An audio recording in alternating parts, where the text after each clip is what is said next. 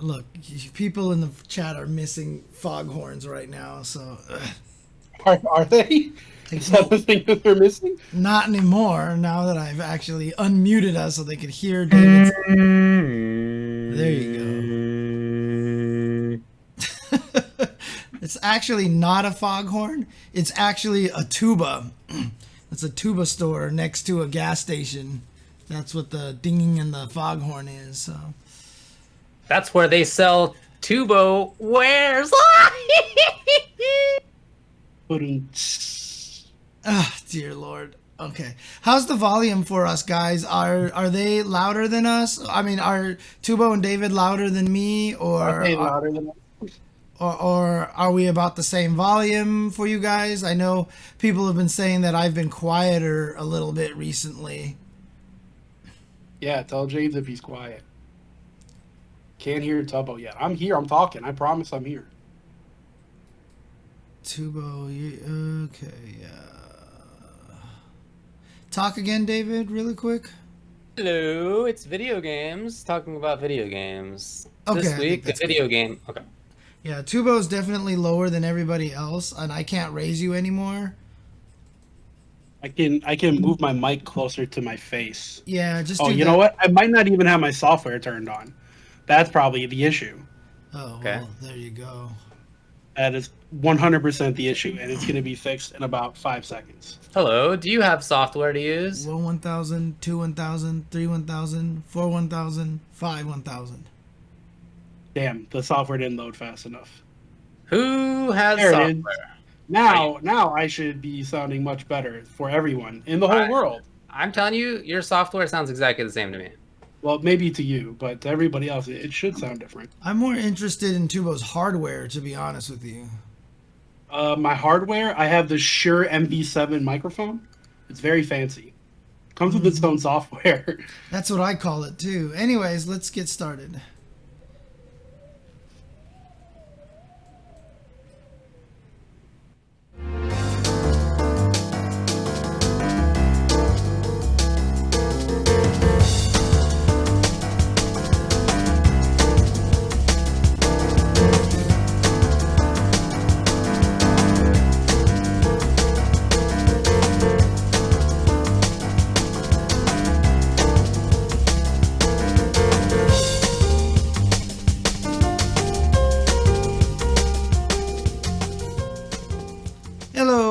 Welcome to the Tuesday show. My name is James Chen, and I am joined by Mr. Ultra David and Mr. Tubaware. How's everybody going out there?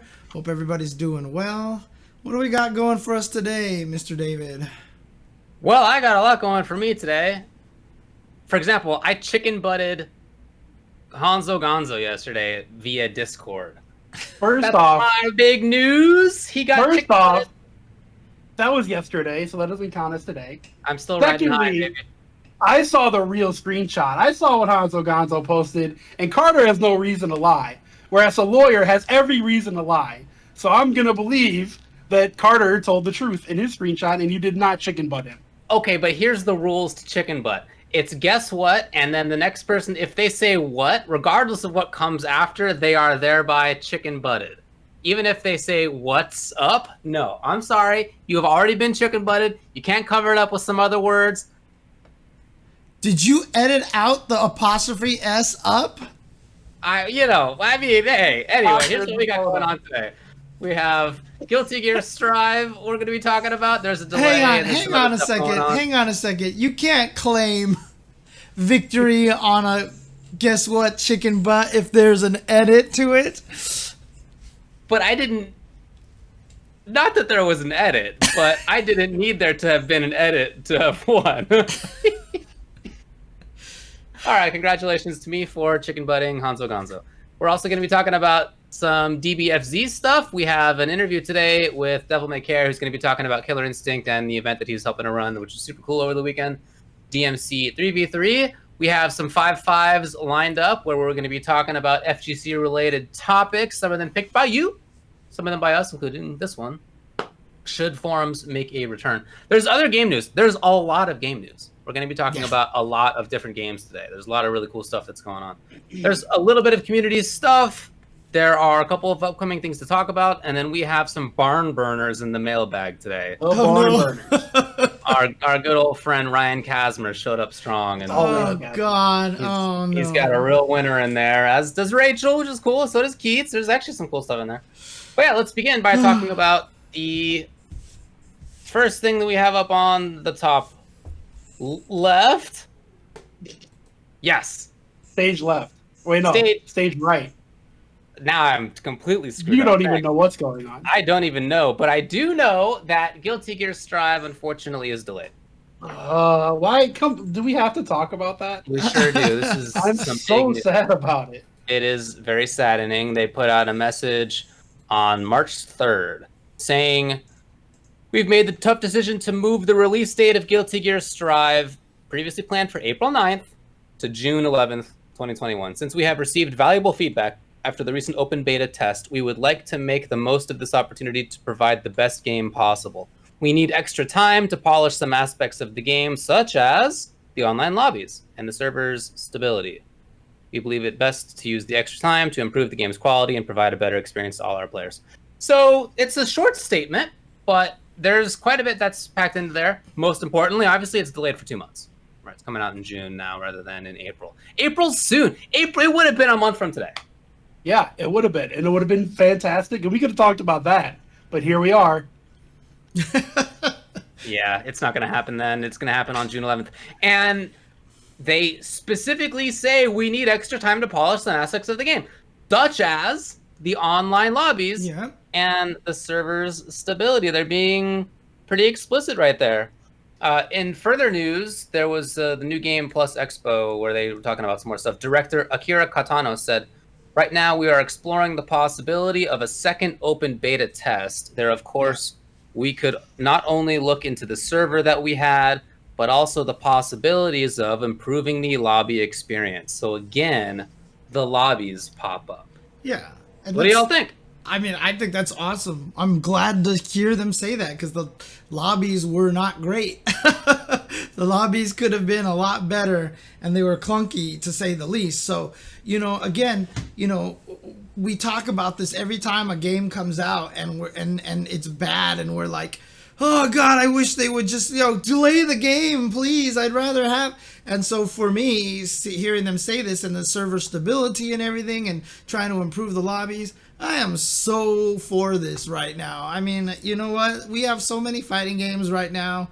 I can bide myself another 2 months for Guilty Gear Strive to come out and have a stronger lobby and more stable servers and everything. So, I mean, I just love their transparency. I just love the fact that they're being so open, that they're talking about it, and that it sounds like they are doing everything they can to try to make this the best experience possible. More power to them. That's all I'm saying. So... I full-heartedly disagree with this decision. Do you really? I know, I really do. Like, even like outside of being a fan and being disappointed, of course, like, I'm very glad that they're being transparent. I'm very glad that they're recognizing this problem and fixing it, particularly the online lobbies and the server connection. However, I truly feel like before I get into this, how funny is it that their game got delayed after they made fun of Cyberpunk? That's right. Eat it, suckers. Eat it, suckers. Like, come on, that's funny. I hadn't thought about that, but yeah, you're right. Outside of that, though, so now that they delayed this game 2 months, now they have to get it right on release day. They have to. They can't. If you don't get this right on release day now, everybody's pissed off. Everybody's mad. If I turn on that game on midnight, June 11th, and I can't sign into the server and play people right away, and the lobbies aren't lagging all over the place, it better be fixed 100% if you're going to delay the game for 2 months. Because I feel, since there are, like, no joke, like 4 other ways, I think, to join people and play with your friends already in the game, this is something that they could have fixed as the game was already released. They didn't mean to make us wait 2 months, and then, because the lobbies didn't work, you could get matches through training mode. You had private servers in lobbies that you could go into. I'm pretty sure there was, like, another type of matching. Like, you didn't have to use those lobbies. You didn't have to. It's something they could have worked on as the game was out, patched over the course of 3 or 4 months, taking their time with it, because now they have to get it right on the first try or people are going to riot. So that's why I think it's a really bad decision. But what about the server stability stuff though? I'm not gonna pretend like I know how servers work. But from my understanding, when the server gets to capacity, it breaks down, right? So it sounds like they need to add more because they didn't expect so many people to be interested. That's all it seems like to me. But I know jack shit about that stuff, so I'll let experts talk about servers and all that. Yeah, I think the issue is that they need to add a few more tubes. They need to dig in there a little bit. Exactly. Add some more tubes. Look, I think there was already going to be a lot of anger if things didn't work out. If it was April 9th and you tried to get in there, and without them having announced any of this, right? And you tried to get in there and the lobbies were still weird and the servers were still funky, everybody would be mad. You're right, they'll be mad if that happens also in June, but like it already would have been the case. So I would rather them try to avoid that. We're really looking forward to Strive, right? People who are like super dedicated fighting game players, we're all looking forward to Strive, even if you're not somebody who's played Gear very much in the past. It's super sick looking. But for most of the gaming community, like most of their sales, honestly, it's something that maybe people are looking forward to, but aren't like pining for in the same way that we might be. And so delaying by a couple of months, yeah, it's frustrating for us, but I do feel that that's going to be better to just have a product that works on launch, even if it takes a couple more months. So I'm fully in favor of it. In fact, if it required them to take another 2 months, I'm on board. Oh no, David. Take stop, as please. much time as No. you need. Stop it. Take as much time as you need. If this comes out and it is Street Fighter V Season 1 and the gameplay aside is one of the worst fighting game packages to have been launched in modern time. If that's what happens, I can tell you from playing the beta, I know you didn't get a chance to play. Yeah. I can tell you from playing the beta that they could release that game and it would be a million times better than Street Fighter V launch game. Because you can actually play people. You could not play people in Street Fighter V when it launched. Yeah, but it was not a good game at launch. It's true. They had to extend... and that caused a lot of problems. People were really mad. It got a ton of negative publicity. It was not just about the gameplay, obviously in that case, right? It was other stuff too. But that I think you're right that Strive's not going to have problems with. They have a story mode, for example. They have an arcade mode, yada yada. They have a phenomenal training mode. They have a lot of stuff going right for them already. But if they screw it up, whereas they could just release the game in like a working capacity, I really feel like it's better for them and for us if it just works. Yeah, I mean, look. Do what you got to do, man. The thing is, like, they extended the beta just a little bit because the servers were down for so long. Adding more servers isn't necessarily going to fix the problem. Because, honestly, even if you get to capacity, it shouldn't fold, right? Like, that's the problem, is that it literally folded when too many things got in there. It's not good enough right now. And if they can take the time to fix the servers a little bit more, they just have to figure out a way to handle the load a little bit better. And if... I really do agree with David. If it comes out in April and nobody can get online, that's DOA, right? Like, it's got to work better than the beta was working in terms of the way the server's connected. I do think that they should actually drop another beta because they need to test the fixes, the changes that they made to the server, and maybe even test the changes to the lobby system. For me, I'm more concerned about the server setup.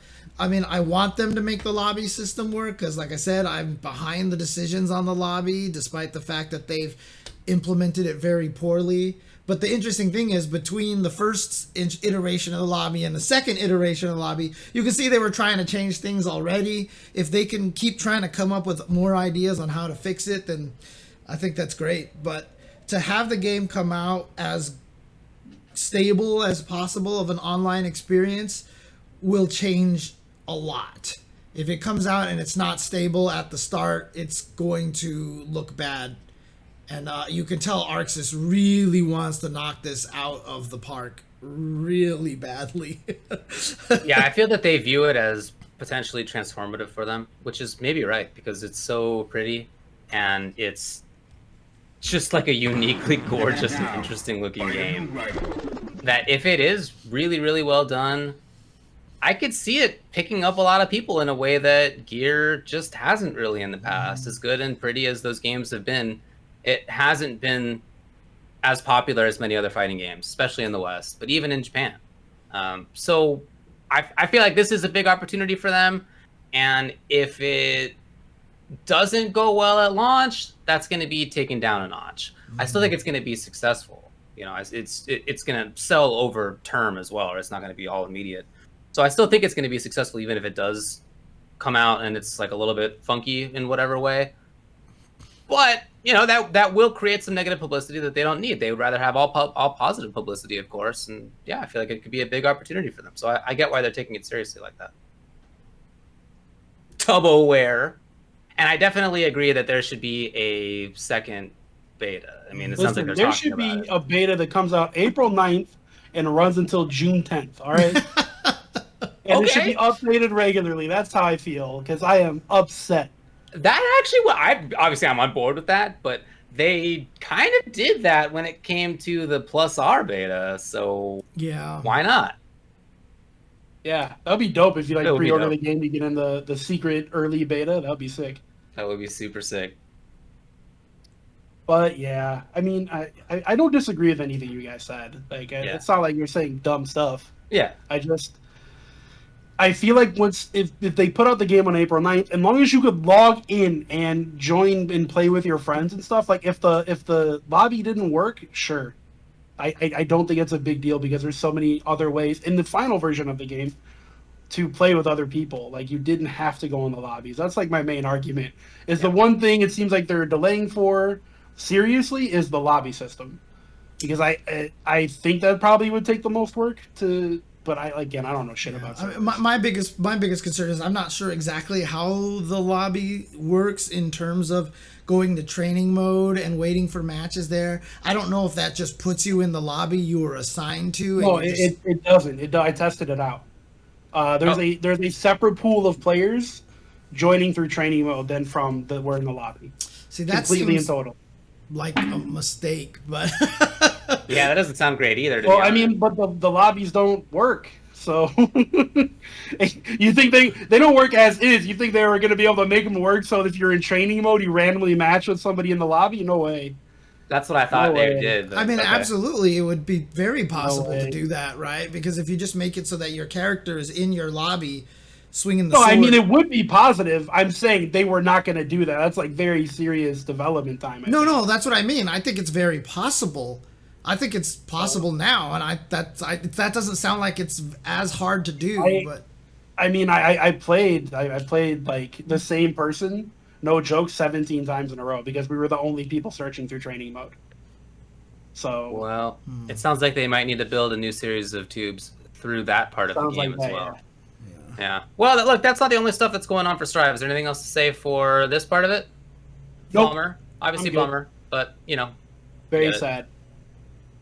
All right. Let's talk about the other stuff for Strive. They showed off Ino and Anji gameplay. What do you think about these two characters? You know, so I was real sad when she got leaked because I was like, man, I don't want Ino in this game.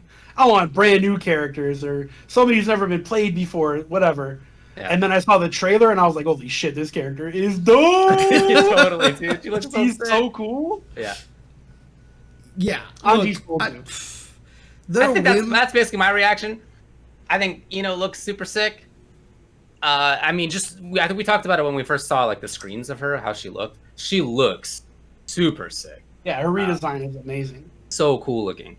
Dude. But yeah, the gameplay, it looks, for somebody who doesn't know Gear very well, she looks like Ino to me. I don't know, James, you got a better opinion on that. Anji and Ino look like Anji and Ino, which is crazy to me. So I mean, the only thing is I didn't see the overview that was done later on during the stream. I don't know if they confirmed whether Anji's butterfly is an overhead or not. Because in the original trailer, it didn't. I watched that and they did not. They didn't confirm. Okay. They did show that it falls on block, but they didn't confirm if it was an overhead. Right. So I don't think I feel like it's probably not, because there's a lot of really easy ways to set it up that they showed off. Yeah. But a lot of really easy ways. I gotta tell you, man, what Arxis has done with like figuring out how to make this shit look amazing. Anji's super, where he hits you with the fan and it zooms in into that weird like freaking Beatles psychedelic LSD view. Yeah, and the then, other dimension, yeah. And then Ino's win pose, like the camera work on the Ino's win pose, how it like focuses on the hand and like the guitar, and then you just, oh god, like everything about it is just, it's unbelievable to me how good the game looks. I mean, you take that screenshot and you show somebody that game like 10 years ago, and nobody would believe to you that that's in-game polygon, like real-time engine kind of stuff. Like that has to be sprite work, you know? Oh my god, I can't believe how beautiful it's the best video game I've ever seen, man. Yeah, and like not even like video game period. And you know, that's reasonable.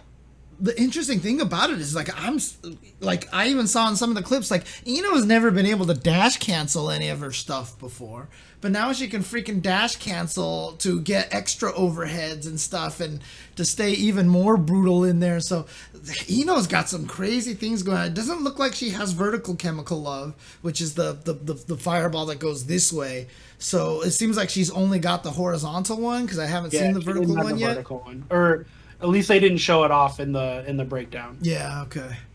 But that might temper her a little bit, but it just seems like she's going to be a lot of the same thing. And you know, I saw some people even saying that they're wondering, you know, between beta 1 and beta 2, the characters started feeling a little bit more like their original selves, and now these last characters coming out seem very true to their original selves. I wonder if when the game gets released, that some of the characters that, you know, like Chip might actually feel more. I mean, they're not giving Chip a teleport, but you know, to make the characters feel a little more like they used to be. I don't know. It'd be really interesting, but I'm excited. I feel like the characters that have been shown, like in the order that they shown them, or the order that they developed them in, because like Milia and Ramlethal and now Ino and Anji, they all kind of feel like they're playing their own game.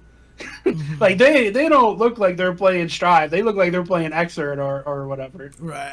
Well, Ramlethal is pretty different right now. Ramlethal is different, but I'm saying like how she sets up and like the pressure she applies is Yeah. May can't do that stuff. That's all I'm saying. Your girl. Yeah, I mean, they look sick. They look really cool. Again, I don't know that much about how they played before. I know the basics, right? I mean, I've seen it and played it a little bit, but yeah, I think they both look cool. Anji is probably not my dude, but I do think he looks good, obviously, and he's probably going to be good just based on what I've seen from him so far. But yeah, that's all we got on those two characters. I really wanted to get to this point before we move on to the next topic. 2 minutes, let's do it. I can increase the timer. Explore options to add rollback netcode to previous fighting games.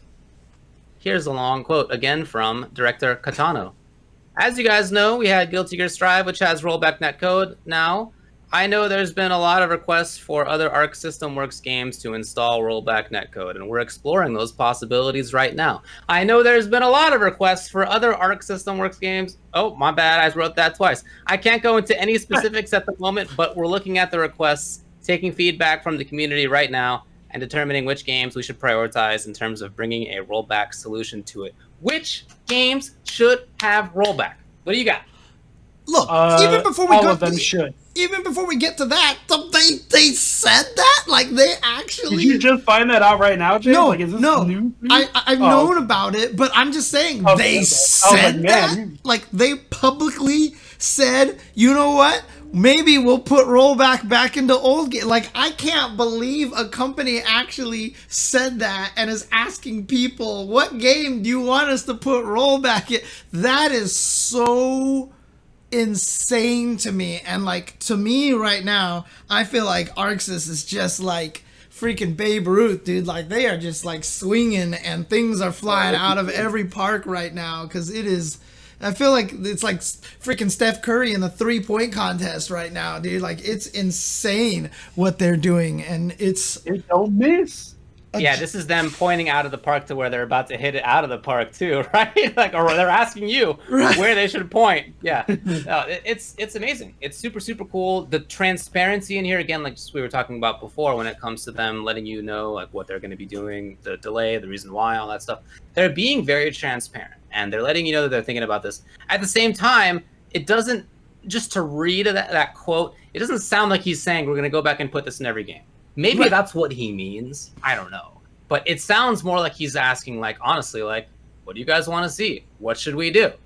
Which game should this be? And so the community, of course, had a big reaction. Some of the hashtags related to this stuff ended up trending on Twitter, whether you want BlazBlue, for example, whether you want GBVS. You know, they have quite a little catalog at this point. BB Tag, they got a bunch of stuff.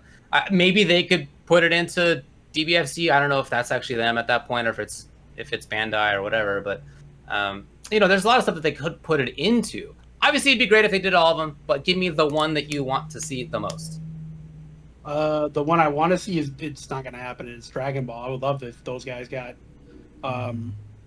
Rollback. What I think gets it is BlazBlue. I think BlazBlue is not so modern that it's difficult to add that back into, you know what I'm saying? Like, all these modern games, they have to build from the ground up to do it. They might not have to do that for BlazBlue. Like, it might be old enough that they can just slide that new netcode in there. That actually makes a lot of sense. I could see that. And it's still quite a popular game. It's still quite a popular series. So I like ZXC just suggesting Sailor Moon. Yeah, to go way back. Yeah.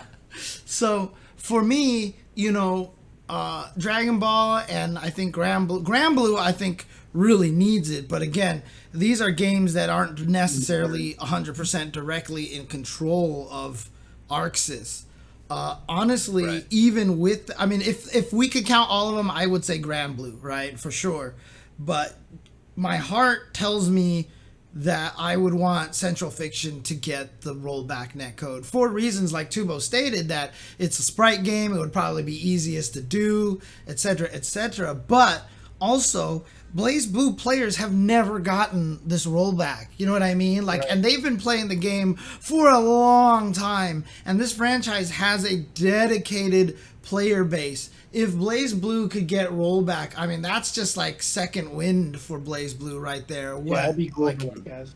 It will get so many people back on this BlazBlue train, and that, as a person who doesn't even play BlazBlue, who honestly, I can even honestly say I'm not really even interested in trying to learn it or whatever like that, I still think as a franchise, as a game, it deserves it so much because the fans are so dedicated and they've been with the game for so long that they right. deserve something that wonderful to get the rollback netcode in the game. So I agree with you guys. I think that is what I expect. My personal preference would be BB Tag specifically, just because it's a game that I super enjoy. It'd be awesome if Marvel finally had good netcode. Marvel does. Marvel Infinite has pretty strong rollback netcode. You can try it on any time you'd like. It'd be awesome if Marvel finally had good netcode. Marvel Infinite is a game that people play. So I think that BBCF, if that's not going to happen, I would love it if BBCF got it. I think that probably is the probably real one that's going to get it. Mm-hmm. And it would be great if it did. Either way, I think I'd be super happy with either of those. So those are my answers to this. BB Tag would obviously be a great one to get it. But like I said, just in terms of franchise longevity, and man, these fans deserve it. No, that makes total sense. Total sense. Definitely on board with that. Yeah, could be a lot of different stuff. People in the chat are talking about Persona. I mean, they have quite a little roster of games that could get it. And don't forget, Uniclair is just distributed by ArcSys, so they don't. Yeah, they don't develop it. That game is made by the French bred team, so it's not directly them again. So All right, let's move on finally, now that we've rolled over this time by way long. Make it up later. The next one, Dragon Ball FighterZ. They had their Dragon Ball Games Battle Hour showcase, as we talked about last week. They would have this past weekend. It had a gaggle of stuff going on. They again had that team tournament, which is pretty cool. A draft of characters was kind of an interesting idea. And they also had the showcase for Super Saiyan Gogeta 4. Yeah, you got it. Yes, all right, aka Gogeta 4. They also they showed off some patch notes, etc. Did you guys watch the Gogeta 4 showcase? No, I did not. I watched some of it, yeah. I didn't watch the whole dang thing, but I did watch some of it. I watched a bunch of it too. And again, every time they do these, I just really want to shout out the fact that they do such a good job with the community, like just letting the community do it. Yeah. With Damascus and Tyrant and Apology Man on there. Yeah, it's super cool. He looks like an interesting character. He's got some unique stuff about him. As the game has gone on, I feel like it's been super cool to watch, even as somebody who hasn't been actively playing, that they've had new, like very unique takes on a lot of characters as they come in. So yeah, he looks cool as well. Do you have any thoughts, Tubbo? People are going nuts because he can level up. He has like a level up system where he snaps his fingers or he does a motion. He gets stronger with those levels. When you get to level 7, any level 3, finisher that you do kills the whole life bar. They're dead. Yeah, it's just an instant kill. Yeah, he's got an instant kill. He's got yeah, exactly. And a lot of people are freaking out over it. I think they might be actually rightfully so freaking out over it. Okay. Because unless they change the way C assists work, you can definitely have like a double C assist team and build up 4 or 5 levels easily in one combo. Like, I'm just theory crafting it in my head, but okay. C assists last for a long time. I would assume there's got to be 1 or 2 where Gogeta can combo into them and maybe you get a level or 2 off every single time for free. So he might become a really, really, really, scary thing to have on a team. He also has that DP where he gets a Dragon Ball. He just gets a Dragon Ball for doing his DP. And he gets that as the assist. He has the assist, as the assist, also he does builds it too. levels. Yeah.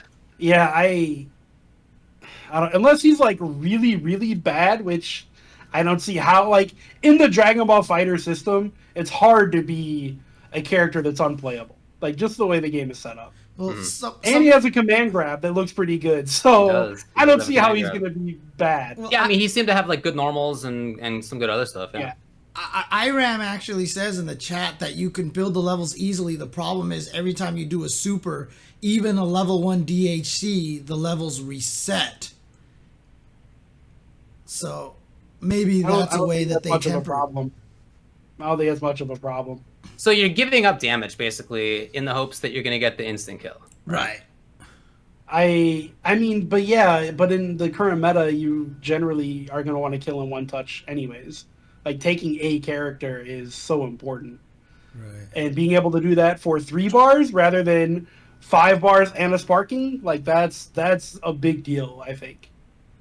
Well, it's interesting to see. I like that they're taking that kind of a risk. I think that's a really cool thing to do. And same with Dragon Balls, so that we could see that mechanic more often.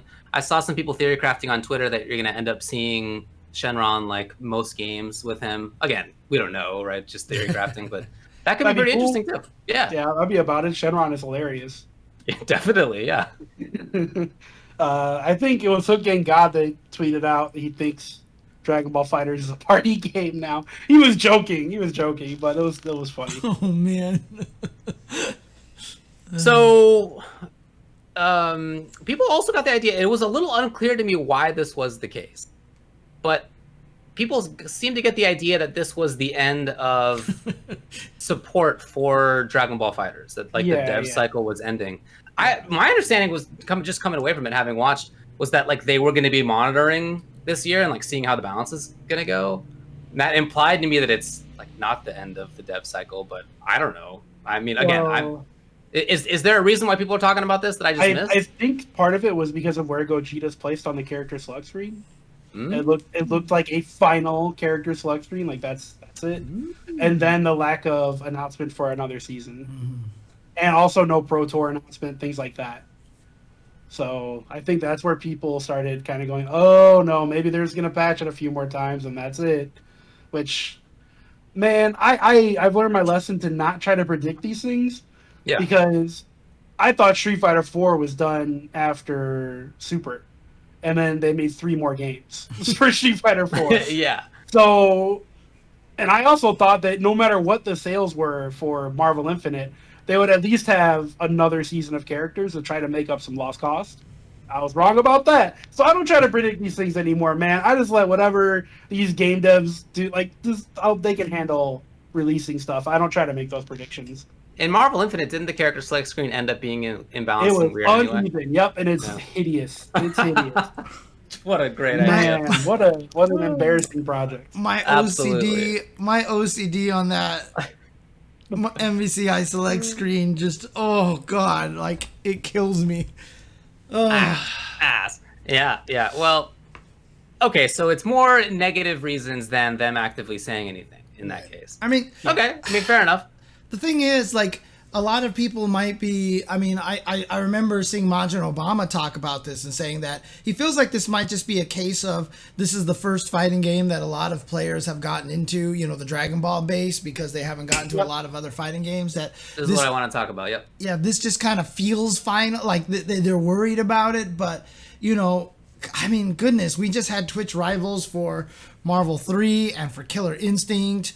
Skullgirls has their first season pass like 7-8 years later or whatever. We're still playing Super Turbo, right? You know, I mean, the thing about it is, I mean, Melee, it's Melee, okay? Like, you can't get any stronger of an argument than Melee.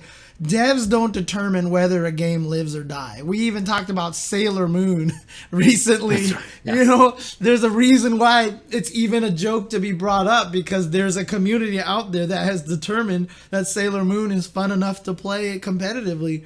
And we determine whether a game lives or dies, you know, regardless of what the devs do to it. And so what I'm not trying to chastise them. What I'm trying to do is give them hope and give them the understanding that it doesn't matter whether another season pass comes out, or it doesn't matter if the devs continue to support it. It's up to the players to keep the game alive and to have the community exist. So I wouldn't even be worried about it. If they're fans of the game, they just got to keep playing it. And if they stop working on it, maybe that means there's going to be a Dragon Ball FighterZ 2 with Rollback. So, you know. Well, there definitely will be a Dragon Ball FighterZ 2 one day. Like, I don't think it's coming soon. I mean, they've been making Dragon Ball, not them, but there have been Dragon Ball FighterZ fighting games for 1,000 years. Exactly. There will be another one, of course. Outside of that, I mean, everything James said is true, 100%. But you also have to understand that when a dev that has been pushing a Pro Tour and being pretty open with the community and talking to them, when that goes away, it definitely still feels like you lost something.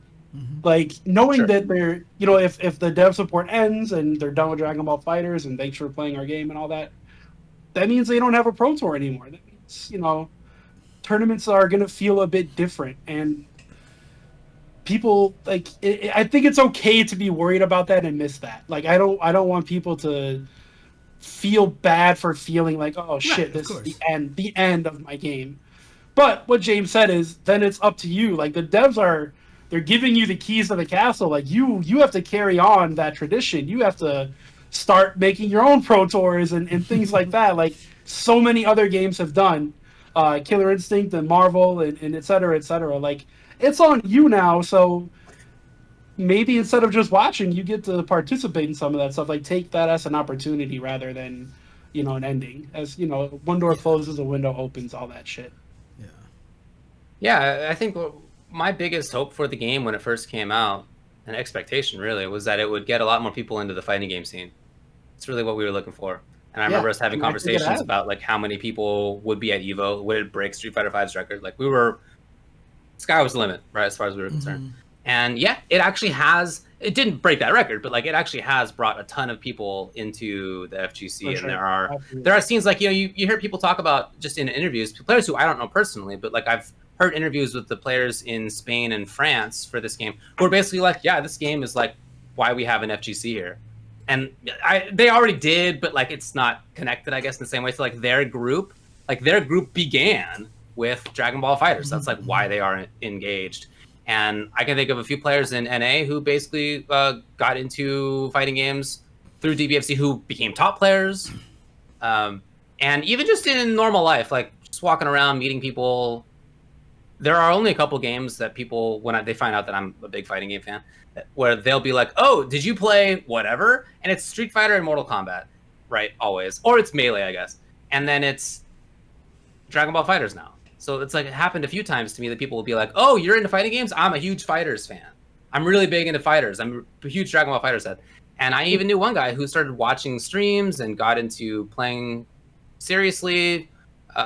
That's the only person I met in the last like maybe a couple years who I didn't meet at a fighting game event, completely outside of the FGC, who I met and he was like, oh, I'm a big fighting game fan and I play in tournaments and stuff because of fighters. So it's really had this huge impact. So I certainly think it's true that a lot of people who are playing it and watching it are people who don't have the same kind of experience that many of us do of having a game that you really love that then kind of, you know, for whatever reason, the dev stops supporting it. And then what do? Do you move on? Do you keep playing the game that you love? Right. Yada, yada, that whole situation that, again, we've been through many times at this point, but they haven't. So I think that's cool. And while I hope for the people who like the game's sake that it does get more support, right? That would be great.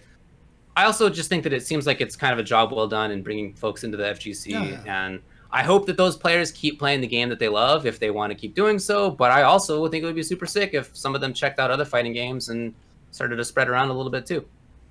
Guilty Gear. Oh, I know my whole local Dragon Ball Fighter scene, a lot of them started with fighters. The majority of them started with Dragon Ball FighterZ, actually. But outside of that, all those guys and girls are excited for Strive now. So I'm gonna beat the brakes off of all of them. I'm super excited to show them the ropes. Big community head Tubbleware, ready to destroy some up-and-comers. I'm ready to win some tournaments. Yeah, let's go. Yeah, 100%. You should all play Strive. Increase the pot. There's actually a lot of really good Guilty Gear players here. I don't expect to win, but I do expect to beat the old Dragon Ball players. Like those are my homies. For a little while, anyway. Yeah, so I mean, even if it is true that the game's not going to have more active support, that doesn't need to be the end of the game. Yeah, they could keep exactly. going. Yeah. I saw some people saying in the chat what they really want is just to have actually a DBFZ2 that does have rollback. It's just like as a new. That'd be sick. That makes sense to me too. I don't think that's coming for at least 3 years, but it'd be sick if it does. Doesn't seem likely to me either, but it would be pretty cool. I mean, what's the reason why you guys think that it wouldn't happen for that many years, right? Well, right now Artosis is working on Guilty Gear. They're still supporting Grand Blue, and I imagine they will for a while. And they also have the Dungeon Fighter Online game coming out. You can only stretch yourself so thin. Like, you can't make too many. Like, you know what? Expand to 1 billion employees. Make all the fighting games artistic. Yeah. I'm not saying don't do that. I'm just saying it's unlikely that they'll take on that many projects all at once. I mean, that's just the thing, right? If Bandai Namco comes up to you and is like, make Dragon Ball Viv money, then, I mean, you'll go hire people. Right, so it would be cool, totally. But I agree, it doesn't seem like it's super likely. Yeah, for sure. All right, anything else to say on this stuff? Nope, that's all I've got. All right. Oh, we got 50 seconds back. I told you we're gonna make up the time, David. You're correct. Here's what I'm gonna do at that time. I've been peeling a cutie while we've been talking here for quite a while. I've been waiting to eat it. I'm gonna eat it. Yeah. What? No, I know what a cutie is. So, okay, well. Don't be weird, Tubbleware. That's all I do, man. You ask me to not be myself. Let's go ahead and take a break. And when we come back, let's get Devil May Care. Oops, it's supposed to say Devil May Care 4. Sorry, over here. let's get Devil May Care on here to talk about the DMC event that just took place this past weekend. So to a break, and we'll be right back.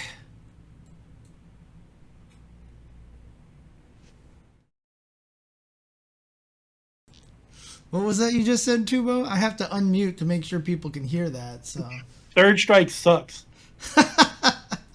and David walked away, so he wasn't gonna have any of it.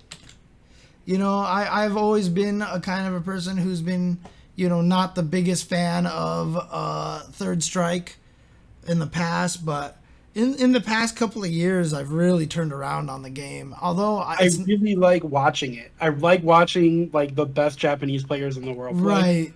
But anything under that level is awful, and playing the game is not fun to me. Dang. Well, did we get? Can you let Devil May Care know he can jump in the show calls chat here? Mm-hmm. Okay.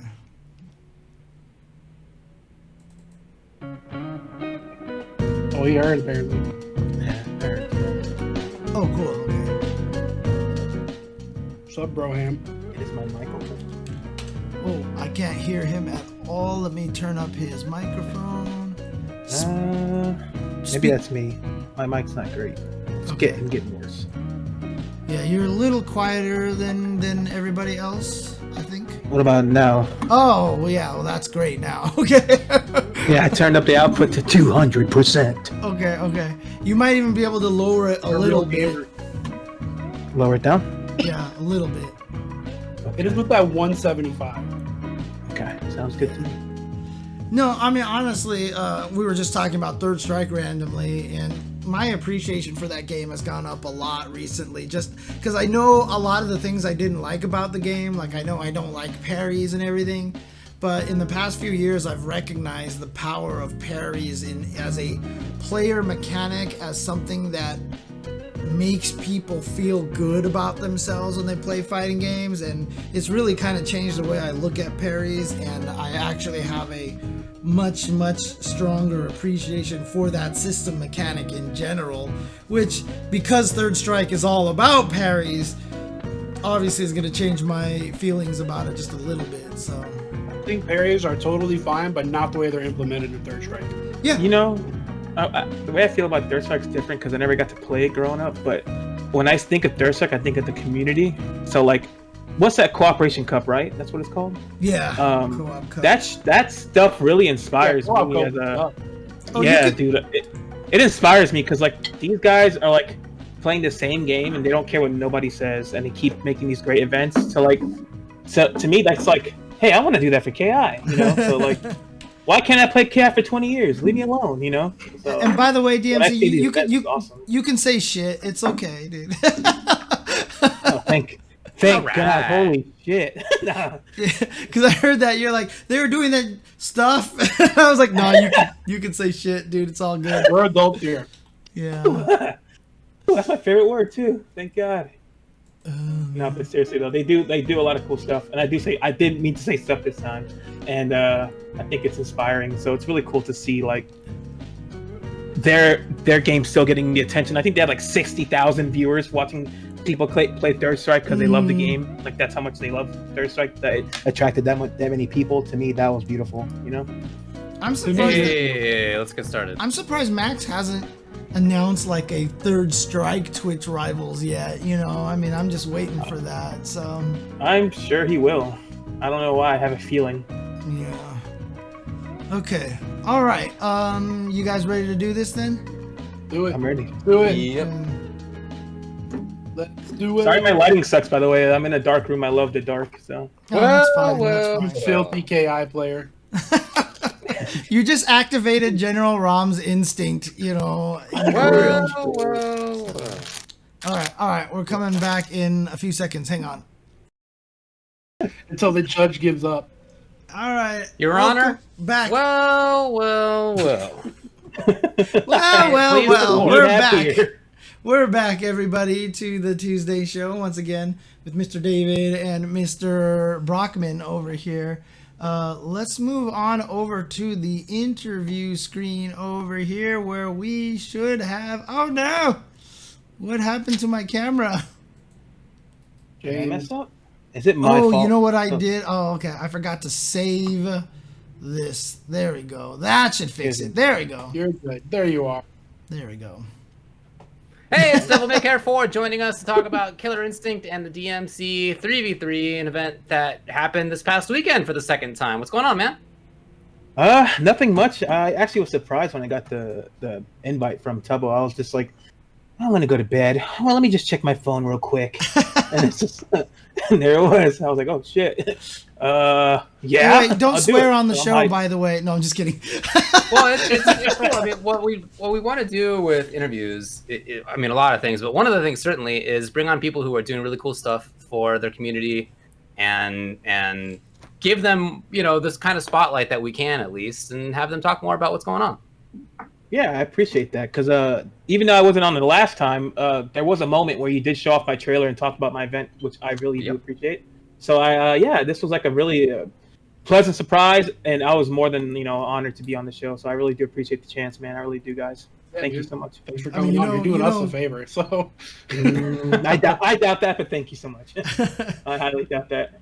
I mean, you're probably aware that most of us here are huge fans of KI and everything like that. So it's always nice to see, and very relevant topic. Talking about even during the break, we were talking about Third Strike and the Co-op Cup and everyone, still playing Third Strike despite it being, an ancient game at this point. And we were talking about Dragon Ball FighterZ and how some of the fans are worried that it's losing dev support, et cetera, et cetera. But here you have a game, Killer Instinct, which, I mean, would you say that it's basically, for all intents and purposes, had a resurgence and kind of had a comeback thanks to the pandemic? Well, honestly, I think that's true to some extent, but honestly, the KI scene has been thriving with it just hasn't had the eyes on it, if you know what I mean. Mm-hmm. There's been plenty of players joining, plenty of online events. I used to do a whole different online thing I'm not going to talk about.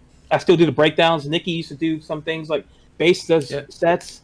So like, I feel like this is definitely, the resurgence is a good way to put it, but I feel like it's more like the attention it deserves rather than it's been revived, because I don't think it ever died. What he's trying to say is, don't call it a comeback. We've been here for years. Yeah, we've been here. Like I'm serious. Like, this game has been near and dear to me. I've never dropped it. I'm not saying this bad to drop a game and try something new. Perfectly fine with that. But I've always played it. I've always made events for it and content for it. And ever since I started loving this game, which is way back, whenever it got released. And to think like, I think the beautiful thing about it is, like, I love seeing new events pop up out of nowhere. I know, like, some people, like, I don't want to say who, but like, there are some people who in certain fighting games that get upset about other events being created, and they feel like their ideas are being taken.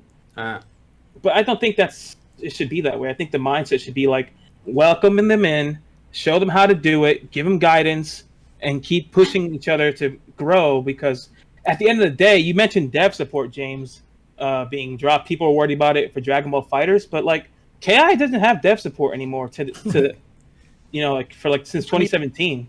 Yeah, I'd say it hasn't for 4 or 5 years. Yeah, and I'm not saying the devs love watching our stuff. They're not, but they don't update the game. So like, my thing is, if you're afraid the support is going to be dropped by the devs, then you need to be the one to step up and do something for the game.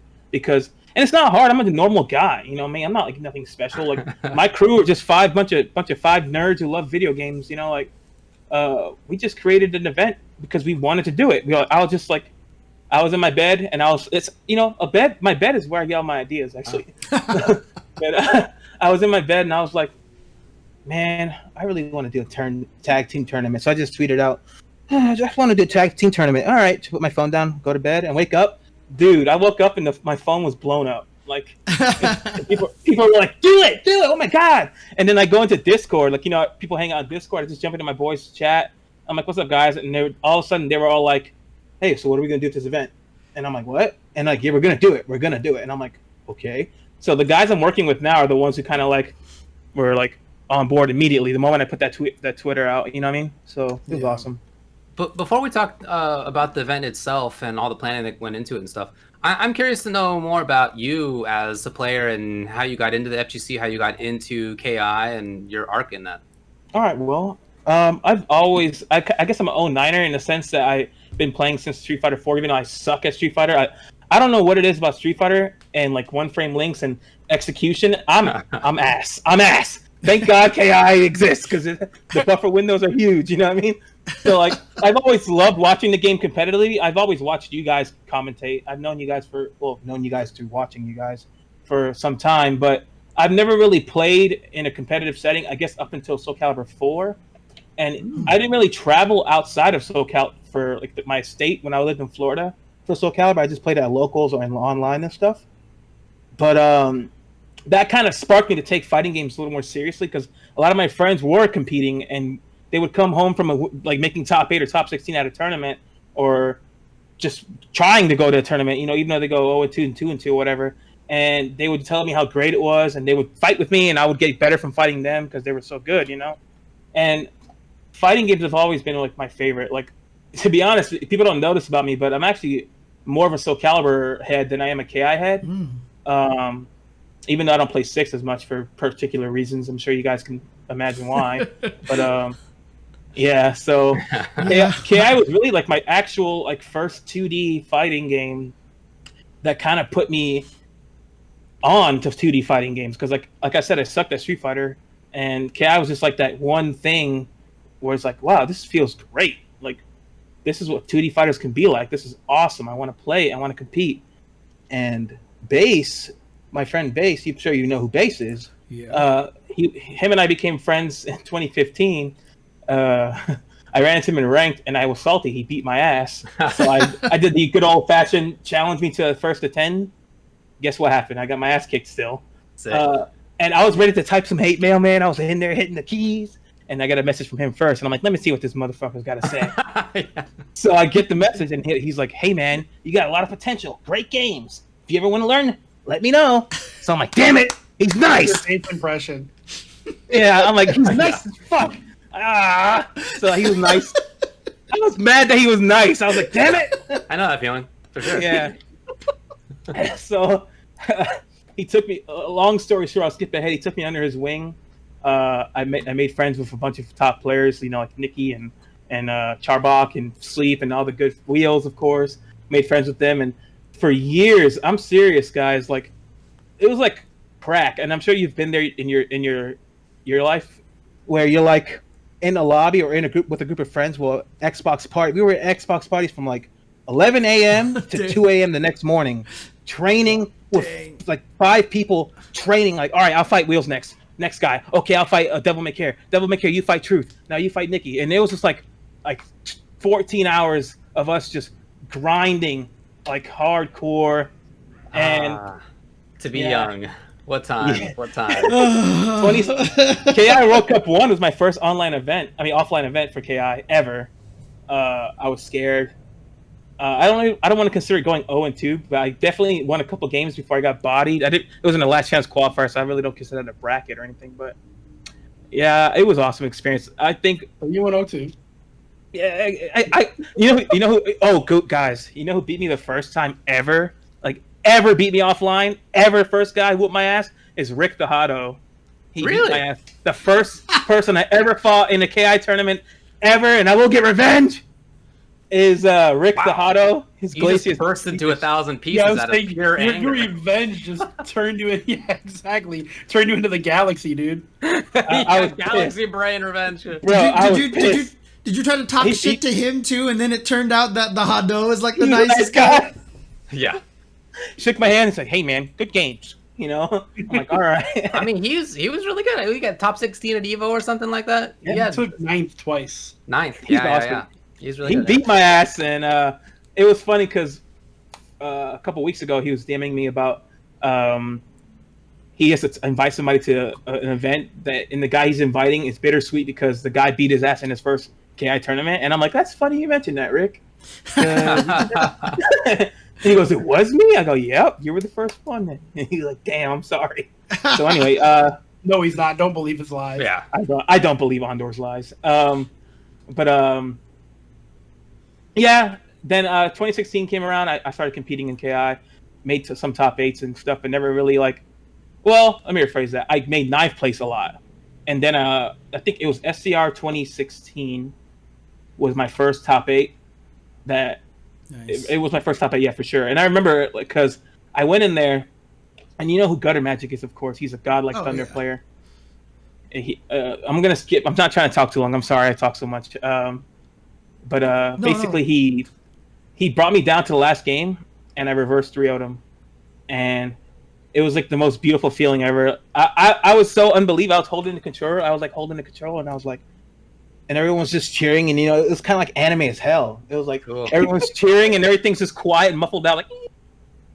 And I'm like, so who do I fight next? And they were like, Nick, you're done. And I'm like, what do you mean I'm done? And they're like, you made top 8, and I was just like crying like a little girl. I cried so hard. That's awesome. Yeah, I was crying. I called my friend Frank on the phone, Charbach.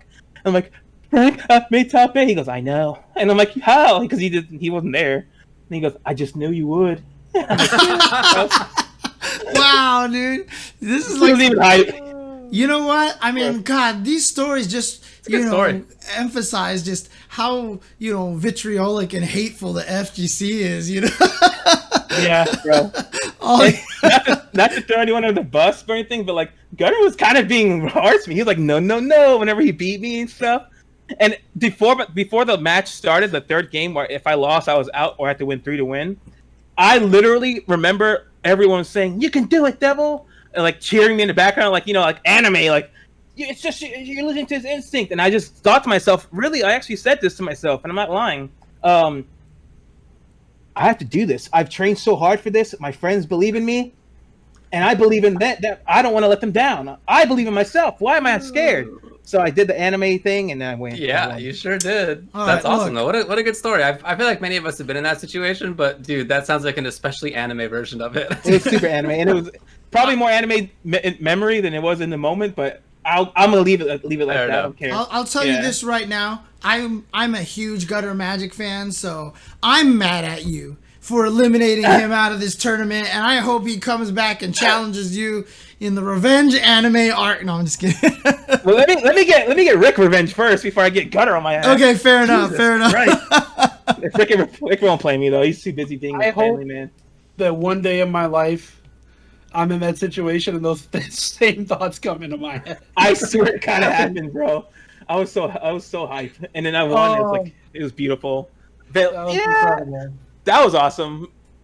Even though I made multiple top 8s, my favorite top 8s was definitely that one and Combo Breaker 2018. That was my favorite one, like bar none. It was like the most stacked bracket I've ever had in my life ever.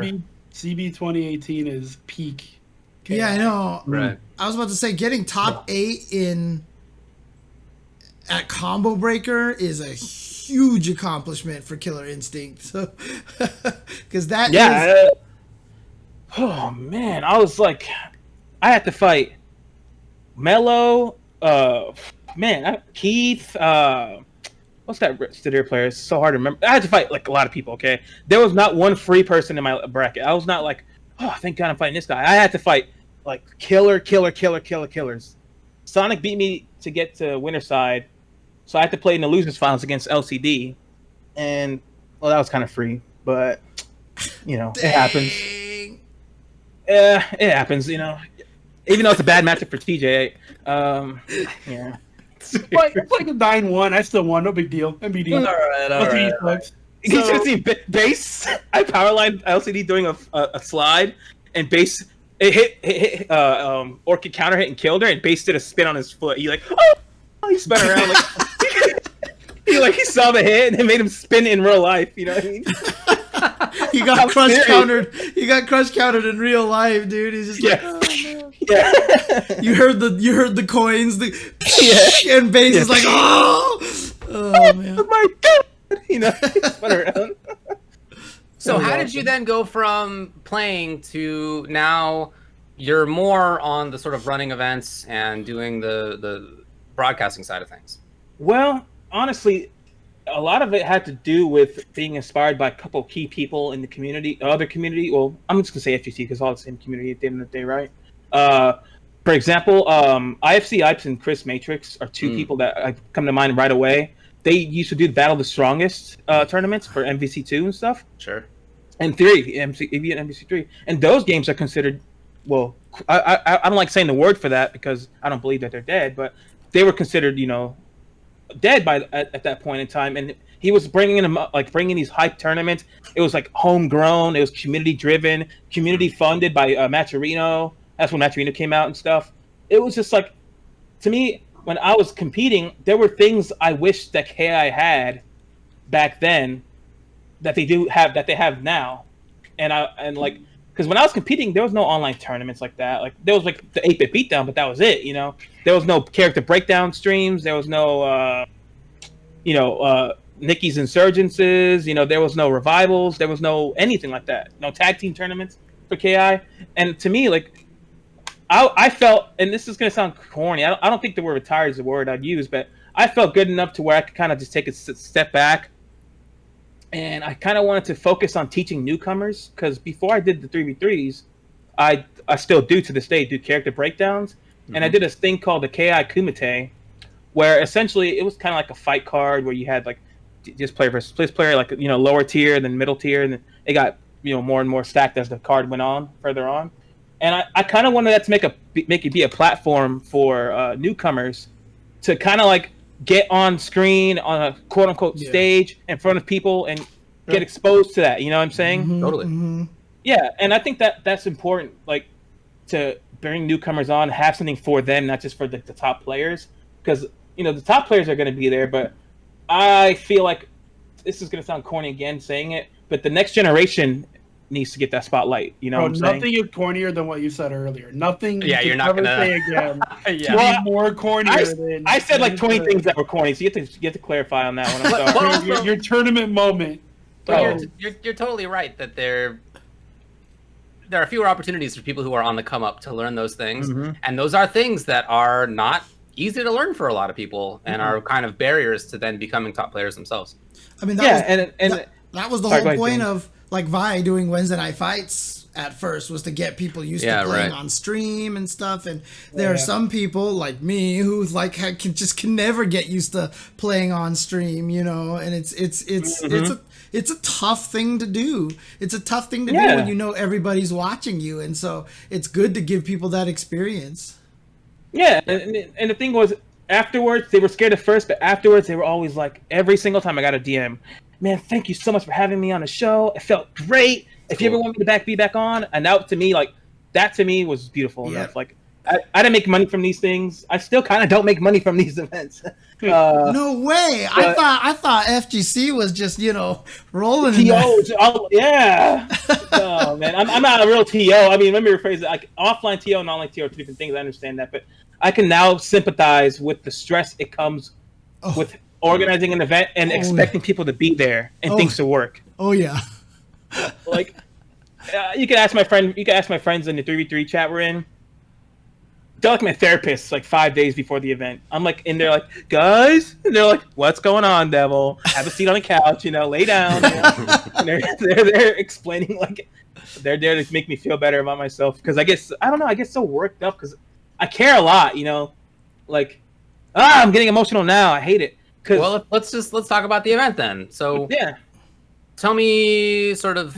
It's quite a unique event, right? So it's definitely part of what you were talking about, where you'd like to give newish players these opportunities, and you want to show off KI. So how did you come about landing on the idea of doing what you're doing now? And what is the idea, I guess I should say as well. Explain that. Okay. Well, the event is a 3v3 Pokemon style tournament. And essentially, the way we do it is every season is a new theme. And not just like, it doesn't just mean like appearance, because we do change the appearance of everything every season. This is the 4th season we just did. Every time it looks different. The logos, the banners, everything, the art style is different. But also we try to add a little twist in there, because at the end of the day, I want to have like I said before, the opportunity to have other people from different skill levels to be able to compete in this 3v3. So these last two particularly were, like, even season 3 and season 4 were particularly catered towards mid to high level players. And I don't consider, and this is no offense to anyone, high level players, there's mid, high, and then there's the best of the best. You know what I'm saying? That's just the reality of it. Like, high level players look great, and they play great, and they're strong.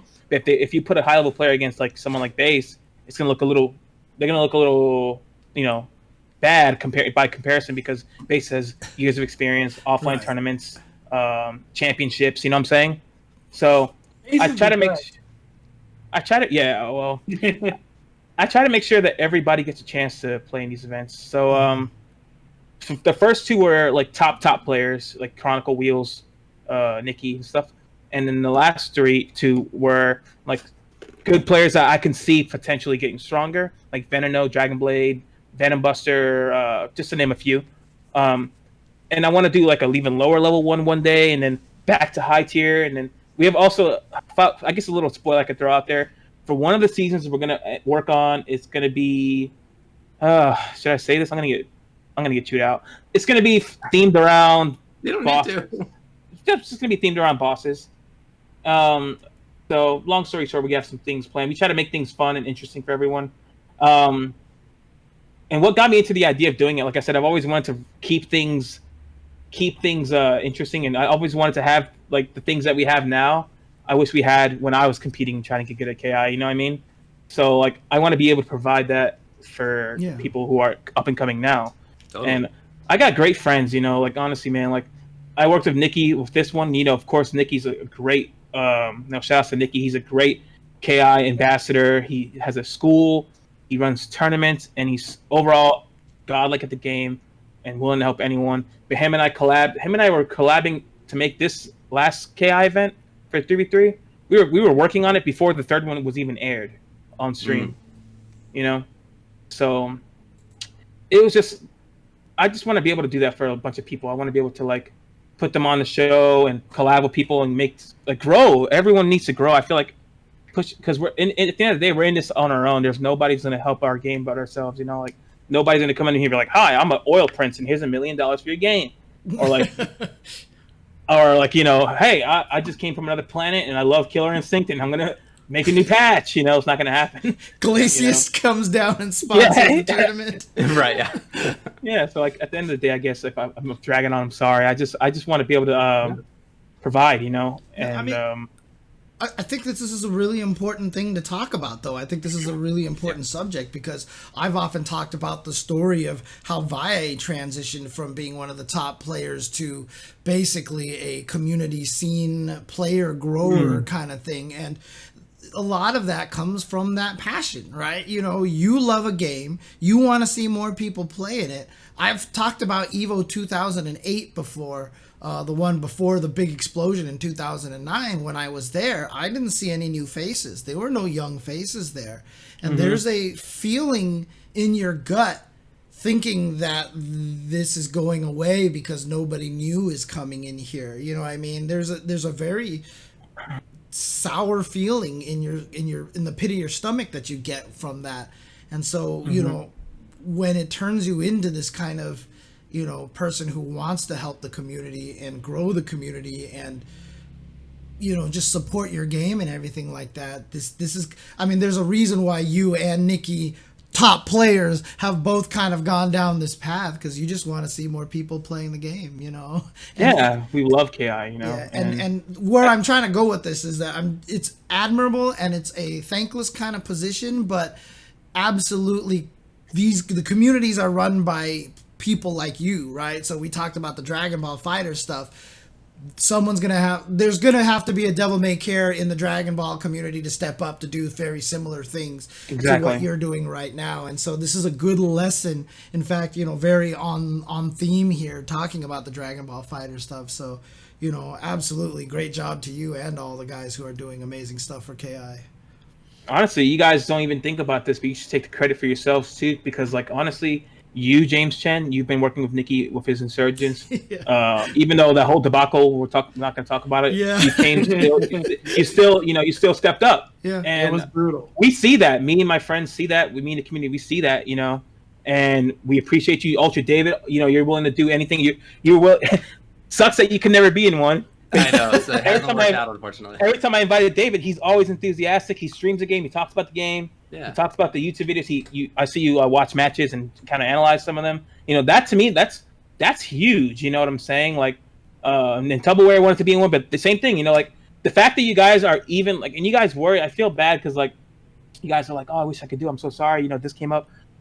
I don't get mad or upset about that ever. I promise you. Like me and my guys, we never get upset about it. Whenever we invite you guys and something comes up, we're just like, wow, the fact that you even said yeah is so sick. And hopefully one day we can figure it out. Yeah, hopefully one day we can figure it out. You said you wanted to do an event that's even more beginner. It's the James time, yeah. Let me bust Hey, dude, James, you're the only one who hasn't, stepped up. Right. Like I said, hey, look, I could try. The reason why I was a big Gutter Magic fan is because I was all in on that Chief Thunder in the first season, and apparently he's really good still. So Oh yeah, dude, Sure he's one of those players that comes back, and people underestimate him, like in the chat rooms and stuff like that. And then they challenge him to a set, and guess what happens? They get their face blown off or axe stuck in their head. You know what I'm saying? Yep. It's awesome. I love to see it. Like it's like all right, guys, you guys are getting good, but watch out. This guy's out here still. Don't mess with him. Yeah, he did well in the Twitch Rivals thing still. Mm-hmm. He did great too.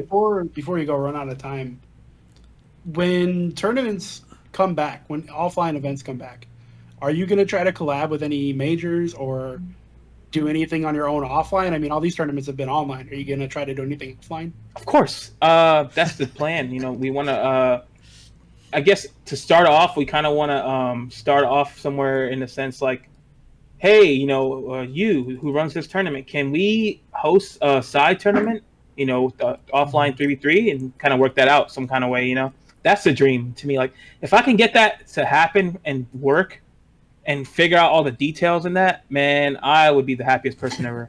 I would be so happy. And honestly, and as far as I just want to add, like, I feel like a lot of those TOs should definitely take the opportunity to even put some of those things on like the big screen, like the Final Four and stuff like that, because it's just great support for the game and the community. Oh yeah, dude, I'll tell you right now, I've gotten close to Rick and Jabali especially.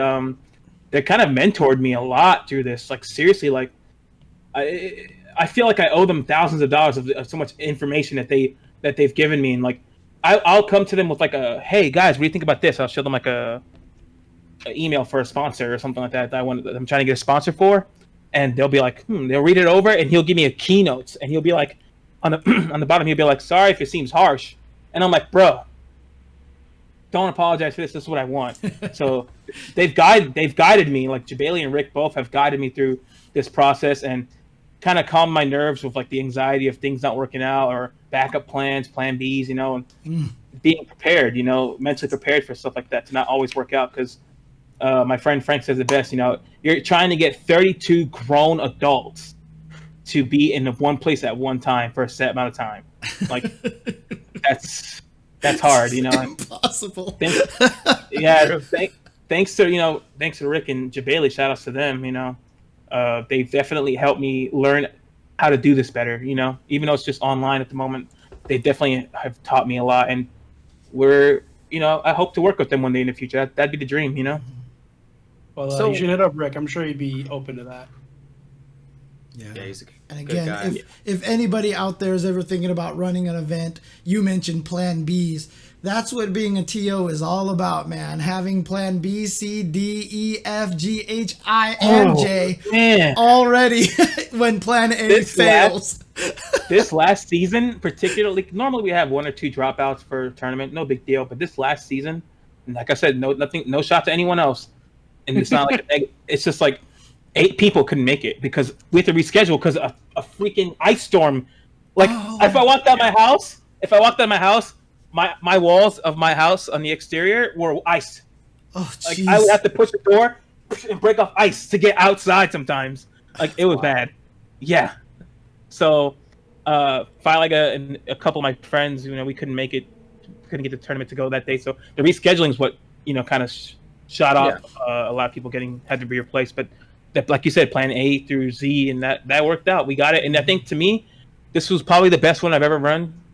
Nice. Yeah, it was definitely the best one I've ever ran, and it's only getting better. We're gonna make sure that season 5 is gonna be explosively good. Like we've got a lot planned for that one. So awesome. What were the results from this one?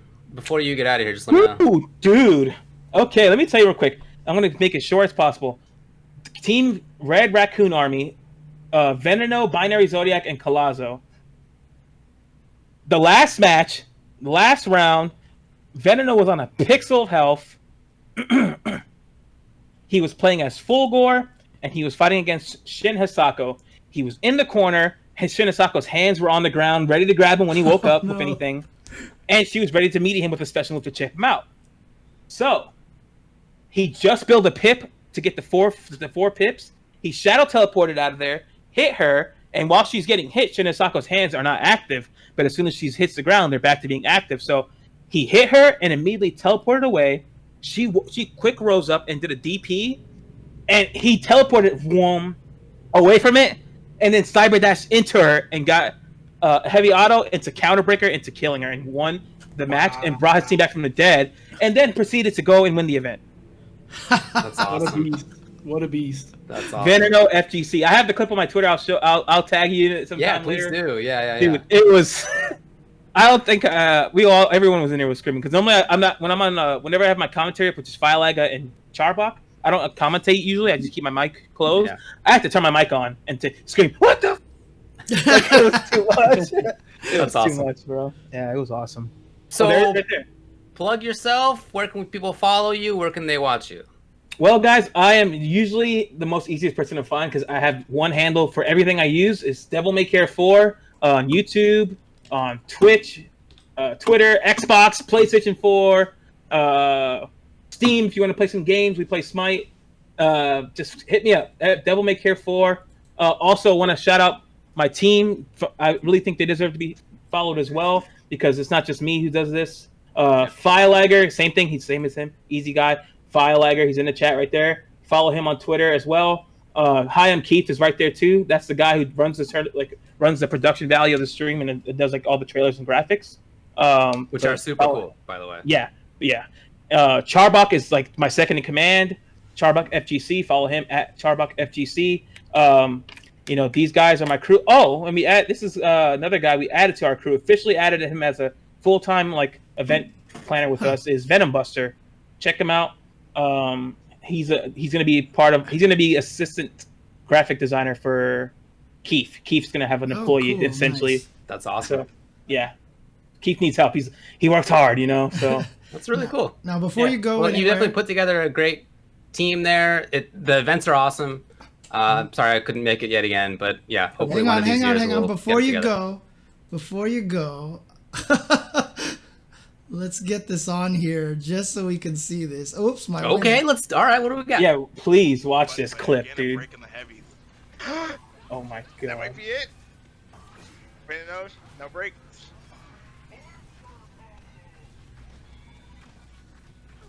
That's safe. Oh. That's safe.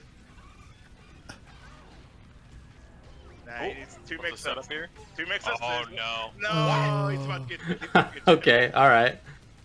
Oh my god. Watch out for the hand. Yeah, they're coming. Oh, they're right there. That's hilarious. Oh wow. Yeah, if you don't know, those little hands that are on the ground right there, those are coming for you. And like you said, if she's not actually being comboed at that point, they're gonna get you. If you're not 20% free. Yeah, exactly. Yeah, super obnoxious situation to be put in, and wow, yeah. Yeah, it was and then he proceeded to win the tournament. Counterbreaker. What a counterbreaker. If he would have lost that, by the way, if he would have lost, got chipped out, he would have been out of the tournament. That was it. There's no losers bracket. It's a single limb. That's crazy. What a genius. Big brain. All right, man. Well, thanks a lot for coming on. Oh yeah, dude. Thank you for having me. I appreciate it. I'll see you guys later. Yep. Later. Peace. There you go. That was cool. Awesome stuff. Always cool to. I mean, last week we had Isaiah here to promote a bunch of Grand Blue stuff, and here we have DMC promoting some Killer Instinct stuff. So, yeah, if we can keep supporting all the different communities like that, I think that would be awesome. So if you've got some 100%. cool stuff planned for your community, let us know, and we'll be more than happy to bring you on to talk about it. So, Yeah, It's a tweet good it. idea. Yeah, I'll talk to the MK guys. There's so much stuff going on community-wise there. okay. That's a good call. All right, well, let's move on to next section here, the 5-5 matchup, where we talk about FGC-related stuff. Most of them are questions from the viewers, but sometimes we do our own, and we're going to start off by doing our own. As it says right there, Zynak tweeted. Here's the entire tweet. It's short. He says, oh, by the way, if you don't know Zynak, he's a player he's from the Midwest originally. Now lives in Japan doing work for Artosis, but he's been in game dev for a long time. He's one of the main reasons why Guilty Gear has as good of rollback as it does. So absolutely. He says, we need forums to come back. That's the entire tweet. And then that's the tweet. That's the tweet. And then there was a lot of discussion about, are forums actually gone? Maybe they still are there because some of them still do exist. And some people were saying, well, in some ways forums are good, but actually social media is better in some other ways. What do you guys think? I am going to be an old man and say that I prefer forums. Who would have, the 30-plus-year-old would have said forums, let's go. What about James? What about the 40-plus? What do we got here? Look, I see people saying in the chat right now, we've got Discord. Discord is hard to find. Discord is ass, dude. Like, honestly, it's hard to find. I don't know about Discord, that, man. I don't want to tweet about it. I just want to go to the website. And sorry, James, I'm cutting you off. No, it's all good. No, keep going. Oh, yeah, I was just saying, all right, so new game comes out, right? I feel like I'm pretty well known in the FGC. New game comes out. I have trouble finding the damn Discord. I got to tweet, at certain people to find out where the Discord is for the game, and then there's mini Discords for each character. It's just too much, man. Just let me go to a forum where all the information is there forever. If there's videos or tech, it's there. It's right there in the thread. You can find it anytime you want. Discord is too much. It's a lot just to get going. Like for a new player who is like, I want to discuss this game with other people. Where do they go? If you don't know anyone in the FGC, what do? You can't find that Discord. It's impossible. I mean, if you didn't know anybody in the FGC, how did you find Shoryuken or Dustloop or Tekken Zaibatsu, etc.? Well, back in the day, it was tougher. But nowadays, you can Google. You can't Google a Discord. That sounds like something like some totally out of touch congressman would say. Yeah, I mean it does, but it's true. You can't Google search for Discord. You can't. No, but you're right. You're right. They end up going to Reddit. And Reddit is designed so that things don't stay there. I mean, they're there, but the way Reddit's designed is shit goes to the bottom eventually. Yeah, the voting system. The voting system in Reddit is the problem. The thing about forums was it's not even just a matter of what the medium was. It was just a matter of how forums provided a certain kind of expectation. Like different forums had different rules for sure, right? Like, but for example, on the Shoryuken.com forums, how fortuitous that I just happen to be wearing this. If you put in quote retweet right. Like you would get that post would get deleted, you know what I mean, kind of thing. So forums were designed. They promoted quality kind of discussions and stuff. You had to have something to say. There were other threads designed for people just to have conversations or whatever like that. I mean, every time I try to go look up information in a Discord, I go there and it's just. People aren't even talking about the main topic. You know what I mean? They're just talking about whatever at this point. And so, did we lose cameras over here or something? I've been frozen this whole time. I was just gonna wait and see how long it took you to figure it out. I'm sitting here laughing. My Discord filter doesn't let my laugh go through, but I've been dying the whole time.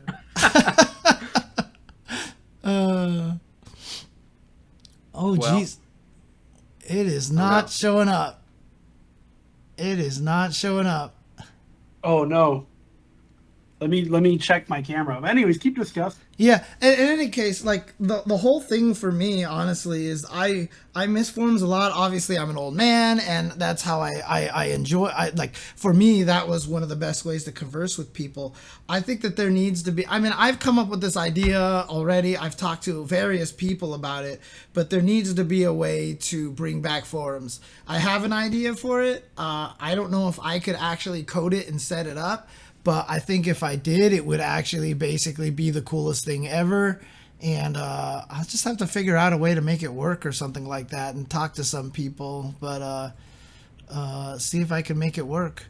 But I think forums, I miss it because forums had a longevity. Forums had an easier form of discourse, so that if you showed up to the forum and you're brand new to the forum, a lot of the relevant threads would still be relevant from the first post all the way through. There was the ability to go to the last unread post, all these things. It's for someone with OCD, forums are much better. Discord is not designed for people with OCD. Honestly, it's because you don't feel like you can catch up to anything. You feel like everything goes everywhere, and it's not like, I don't use Discord because every time I go to a Discord, I look at it and I'm like, I can't process this, and I just leave. I can't do it. I can't find the relevant information. So, well, I don't have a strong position on this. I think ultimately, I liked how forums worked, and that's what I used for like 15 years or whatever it was, and that felt very natural to me. But I also like some of what happens with the stuff that we have today, social media and Reddit and Discord. Yeah. So I like that, like, Discord isn't really the replacement for forums, it's the replacement for IRC. Right. And it's basically just a strictly better IRC. It's like, what if IRC, you could like pin messages really easily and have media in there and have links and stuff, and, have multiple rooms within the same room kind of situation. It's just a strictly better version of that. So I think that that's great. I really like that. I also like that on social media, the downside, of course, is that things get lost. But the big upside is that you reach so many more people. So much easier to reach so many more people on social media, because there's not this barrier if you're on a particular website that nobody else knows about unless they specifically do the research. Everybody is on Twitter. A lot of people are on Facebook. A lot of people are on Instagram, etc. And so you can reach people really easily in a way that you can't in forums. Right. So I like that. I think that's a really big upside. I don't find Discords difficult to navigate for information. It's got search functions, which is what I did in forums. I always just search, and you do the same thing on Discord. And there are pinned messages just in the same way that there are pinned threads on a forum. I don't know. So I don't feel like there's that much difference there. The thing that I like about forums is that, well, I'd say one other thing that I like about forums is that there's kind of like there's for some of them so many years there that you have this kind of like institutional wealth that you don't easily have access to in Discord, because like you guys were saying, Discords are spread out. There's not like the Discord that you go to that then is split up into 100 different ways. Right. There's everything's so separate, and I don't find that it's difficult to find the other ones. Yeah, I Google the Discords or whatever, and I put on Twitter where you have so much more reach. Not just me with a lot of followers, but like you have access to so many more people on social media. I don't feel like they're difficult to find. It's just that they are separate. So whereas in forums, some of the discussions people have today on social media are things that we were talking about 10 or 15 years ago. And we're talking about them in like the same way. Like yesterday, a couple days, last week maybe, the MK scene's been talking a lot about flawless blocking. It's exactly the same conversation we had about parries and third strike. It's exactly the same conversation. With some people taking yes, it's good. Some people are like, it's too mix-up heavy. It gets rid of the footsies, jump-ins, or whatever. Like it's the same conversation. If this was still on forums, you'd be able to see that had happened. And so I don't know that you would have the same conversation about it now, because you could just be like, look at this entire thread. This is literally what you guys are saying, like verbatim. Check it out. You can't really do that on social media as easily. So in the end, I don't really feel like I have like a strong favorite among them. I feel like they each have things that they do really well, and none of them really feels to me like they're full of all the right answers. Right. Yeah. I mean, it's interesting. The thing about it is the older methods had more permanence, but the newer methods have more reach and more accessibility. Because one of the problems of forums, as I mentioned, if you put in a short post, then people would like say like you're not allowed to do this and blah blah blah blah. There was sort of an elitism also in forums that you don't get, in the Discords and all these other things like that. So for sure, there's a good on both sides. So well, I don't know why this is on. I mean, Zynak's the one who tweeted it the other day, and we're just talking about it. But this is not to specifically blow Zynak up or anything like that. And by the way, I do want to mention, I saw some people kind of coming at me for this. I definitely have real OCD. I'm not one of those people who's just sitting here like, I'm just pretending I have OCD. When you've memorized the number of steps on most staircases in public places that you've gone to so that you can step in an even number of steps with both of your feet, when I swipe left and right on my phone to make it equal to the amount of times I swipe up and down, when I bounce my mouse back and forth, right to left, left to right, left to right, right to left, left to right, right to left, right to left, left to right, left to right, right to left, right to left, left to right, right to left, left to right, left to right, right to left to make it even. Trust me, I have OCD, okay? I don't want anybody saying that I am making this shit up, okay? I know. I mean, who cares about what they say in the chat? Because it's a bad thing. It's a bad thing to say I have OCD just to kind of be like, I have OCD.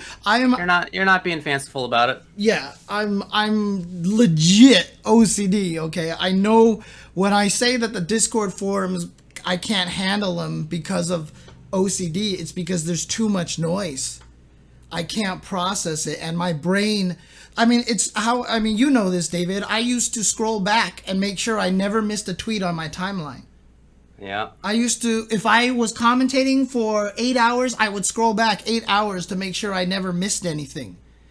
And the speed at which Discord goes makes that impossible, and the amount of conversations in Discord makes that impossible. So I can't handle Discord for that reason. So, that's, like I said, I am definitely OCD. So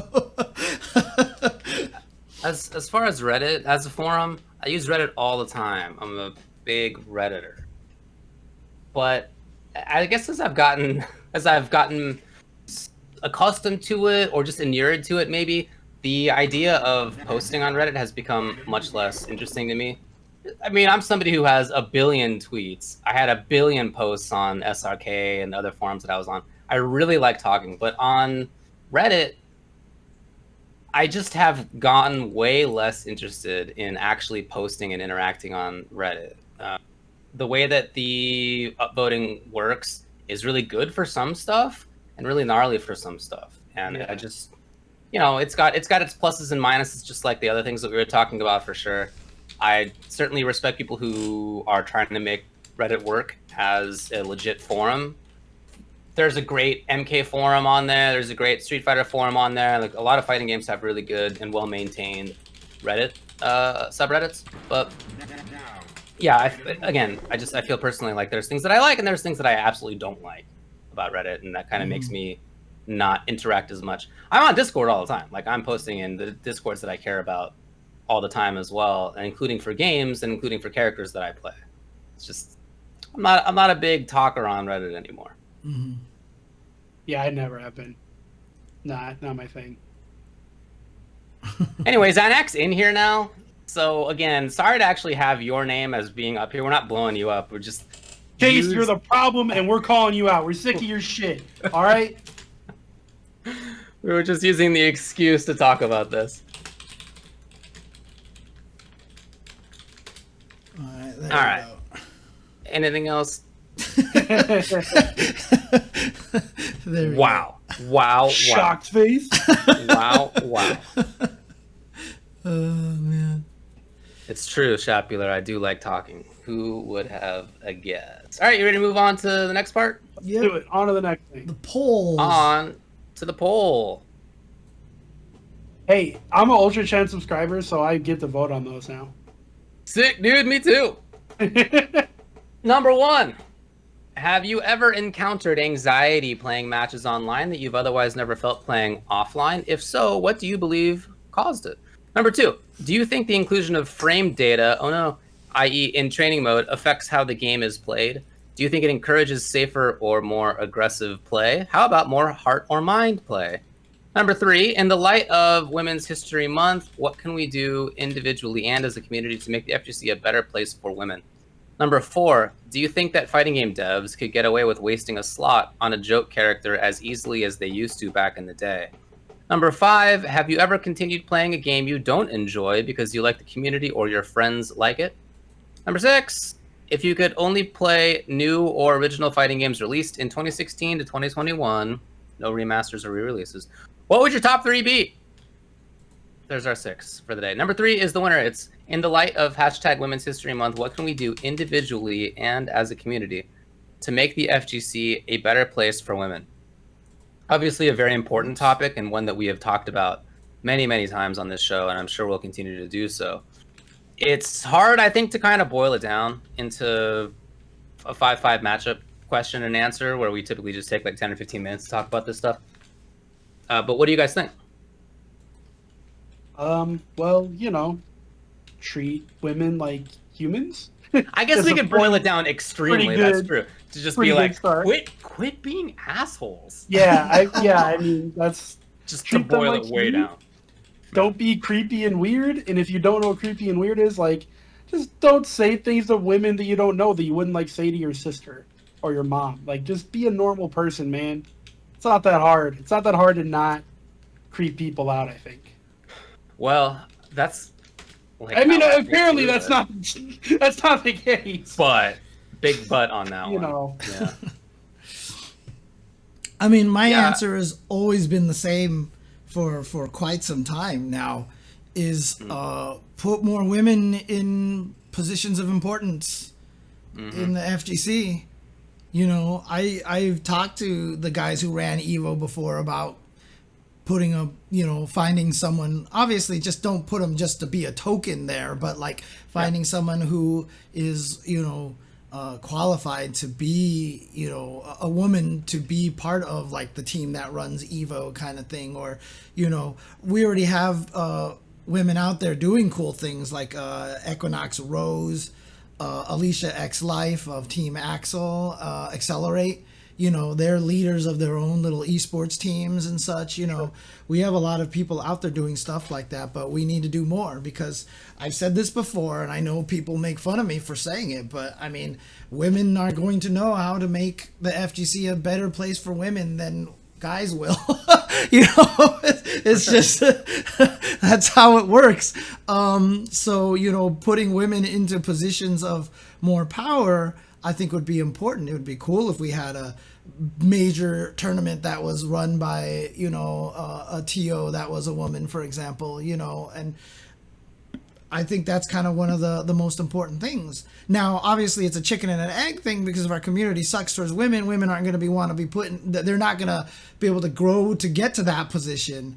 But so we do have to just be better as a community to have women get to that position. I mean, Persia's opened up a bunch of doors for commentary for women, for example, but as long as we can find those kind of situations and craft that kind of environment, open the doors for women in the FGC, I think that's the way that we do it. So it does start with us to be better about it, but then, hopefully it can grow to a point where women are in more influential positions. Yeah, when we've had topics on this stuff in the past, it's been important to both of us to bring on women to actually talk about it rather than just having our opinions, right? Like, because what James is saying is absolutely accurate, that they're the ones who are going to know the best. So, I mean, we did that in our first season of doing this, and I feel like we've done it, I don't know, a ton of times ever since. Yeah. And it's important. We'll keep doing it for sure. Those are the important things to keep doing for sure. But you're right that it does start with the community being better about this. And there are, even when the community was even worse, right? Even back in the day when it was not a comfortable place for women to be, there were always at least some women, and they had to like really fight to get into any like significant positions of any kind, and that wasn't easy for them. So there were barriers to that are hard to get through. I'm sure. I mean, they, as you can see with the results of there not being that many women in commentary or in TOing, etc., broadcasting, there always have been some, and there are more and more. And it's totally true that we need to make sure that the people who are the women who are doing that are people who we,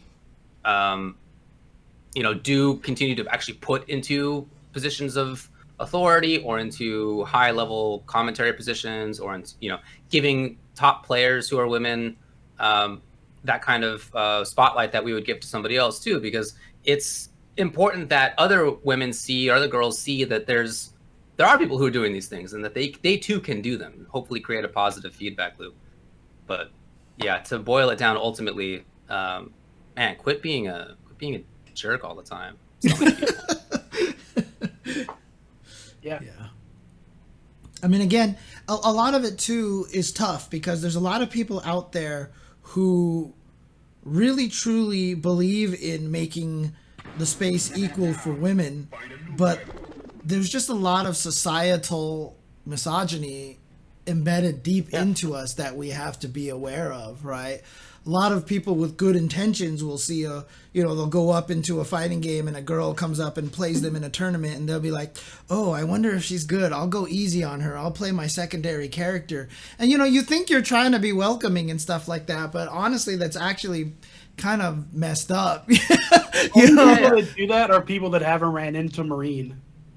Or anybody. There's a lot of... Yeah, I've known women since the early mid 2000s. The whole time I've been playing, basically, I've known at least some who are legit for sure, in games the whole time. So this is not some new phenomenon, but I think there was instead the phenomenon was that guys kind of refused to believe it in many cases, or they willfully ignored it, or just whether passively ignored it, whatever it was, like there was a narrative that women weren't doing that, even as women were in fact doing this. Imagine thinking women can't be good at video games. It's like, what? And it's, like I said, I hear you. But it used to be so common, and it still is way too common. Right. It's you have to see it as more of a nurture thing than a nature thing, right? I mean, when you have someone like Kayane growing up with older brothers who would beat her in fighting games and she got sick of it, that's the same story that we've heard. That's probably the same story that Sonic Fox had when they were growing up, with their brother beating them in Dead or Alive or whatever like that. And then Kayane goes and makes top 8 at EVO in Soul Calibur 6. I mean, like, it's the same story. It's a nurture thing as opposed to a nature thing. The problem is that, we've had great players. I can name like 3 or 4 just right off the cuff, but I don't want to name names right now. But like, who were in the FGC, who were very solidly strong fighting game players, who just left because it was too toxic. And I don't blame them. It's absolutely like, there's no reason for them to stick around and do this kind of thing when they can go do something else and suffer a lot less, misogyny and frustration. So for sure. Yep. Yeah. I knew people like that the whole time. Back in college days, I knew a woman who was really good. She stopped playing. I was living in DC, same thing. Like, each time I met and then no longer saw a woman who was a good player or had good potential, and then just didn't want to put up with it anymore. I mean, look, I'm not going to tell you that back in the day I was good about these things either. I think many of us in the FGC, and certainly me included, were not good about these things for a long time. You go back and look at what we were saying in IRC or on SRK that we were just talking about. It's not going to be good stuff. So we're certainly in part to blame for this having taken as long as it is, and it's still obviously going to be taking a while. But important to recognize that and to learn from that and to be better moving forward. And hopefully we, at some point, probably not in the near term future, but hopefully at some point we'll have a better situation for ourselves here. Yeah, but at the same time, you know, even from a commentary standpoint, like David and I made conscious efforts to stop doing commentary for girls playing fighting games. You remember at the Runback when we used to do Marvel, and Lily would play on stream. You know, a lot of the times commentary would be like, "Oh my God, she did that crazy combo," you know, like, and it's just like, Right. you don't do that to other people, you know, you don't do that to guys when they're on stream. And so I still remember one time there was when we were doing commentary, because people were doing that, and David and I got frustrated. We just started commentating all the guys like they were girls, you know. I don't remember this. Yeah, Awesome. we were just like, "Oh my God, this guy did the combo. Oh my God." And you know what? He's kind of cute too. Who would you pick over? Yeah, Okay. we were doing that at Sick. the Runback one time, you know, and it's such an indication of how people change when a woman shows up on stream and stuff like that. And we were kind of poking fun at that. And that is, like I said, a lot of the people who are doing that are trying to do that to compliment the girl. Like, "Oh wow, she did the combo. Oh wow, she can tri-dash with Magneto." You know, like, they're trying to compliment, but you're being subconsciously misogynistic in that way. And that's one of the tougher things to I mean, most of the time when you talk about misogyny, racism, transphobia, all these things, it's obviously the people who are absolute blatant misogynists and transphobics and stuff like that are a problem, but it's the subconscious from all the people who have good intentions, who don't realize that they're accidentally doing these things that can be a little more harmful in a way. And it's one of those things that you have to look at your own speech, your own thought process, and realize it's happening to make it better, in my opinion. They're definitely both to blame here, for sure. Yeah. And we can control really only the parts that we're feeding into. You know, Right. they only have so much control about what other people do. So yeah, make sure that you're looking internally and trying to do better on that. And again, like we said right at the beginning, most importantly, talk with women about this, ask them about it, and make sure that they're in positions where they can help actually influence what does happen. For sure. Absolutely. Okay. Okay. You want to move on to the next one? Moving on.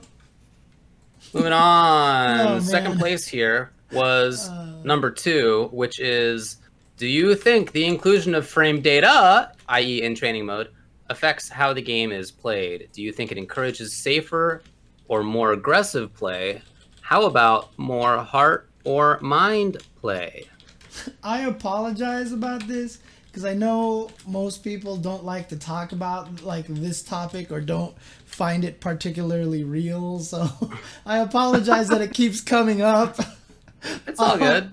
On these questions, because like I said, the funny thing is whenever I talk about it on my streams, I always try to add the caveat that this is my belief and that this is not necessarily something that other people believe in. So, you know, I don't want to make it sound like that this is some sort of definite scientific authority opinion on how fighting games are played. So I hear you. I would say for the inclusion of frame data in training mode, I think all that really does is just make people learn faster in the end. They get to where they would have ended up anyway in the same game, but just a little faster. You know, I agree. I mean, it's whether there's frame data listed or not isn't why you're going to take a certain situation seriously or not. Because if it wasn't in there, you would just take a while longer to find out that the situation was that way. You would have to be playing against people and then be like, why do I always get hit in this situation here? And then you test it out in training mode or whatever, or you don't have training mode even, let's say. You have to experiment even more slowly on, well, maybe I can press a different button here, maybe a different one, and you just have to experiment. It just takes a while. Whereas if you just have frame data, you can be like, oh, I can't press the button here because the numbers say that if they press this button and I press this one, it's not going to work out for me, right? Then obviously this is different than, are there mix-ups around this, which there are, but the learning just takes place faster. I really think is the only outcome of having frame data in a fighting game. It's hard to know for sure because the games that have frame data in them are games that are, I would say, like a little bit more complex, or like that do have that where knowing frame data is really useful. Let me phrase it that way. I think they do tend to be those games. But it's like hard to know for sure because not every game has this. But yeah, I would say you just learn the game faster in the end. And I mean, the thing is, like, even if the frame data is not included in the game, we're gonna find it anyways. So yeah, that's why I think it is very much just it just makes it faster. I don't think it changes much. It's a nice feature to have. I hope every fighting game ever has it because it just makes things easier for us as competitive players. For sure. But I don't think it like if you put frame data in Marvel 3 training mode, it's gonna change not a damn thing. Like the meta's not gonna all of a sudden alter because there's frame data in training mode. Like it doesn't matter. You just learn faster. And when SF5 came out, it didn't have frame data in training mode. It certainly did. It didn't have crap. I mean, it had a training mode, but and yet it still became a game where the frame data is quite important, even though it wasn't in the game. We had to find it. We had to find it elsewhere, and that's what we do. Frame data is just it's really good for confirmation, and to be able to see the numbers. You can take out the uncertainty, right? So a lot of the times, I'll test the setup in Street Fighter V, and I'm like, okay, this is a perfect meaty setup.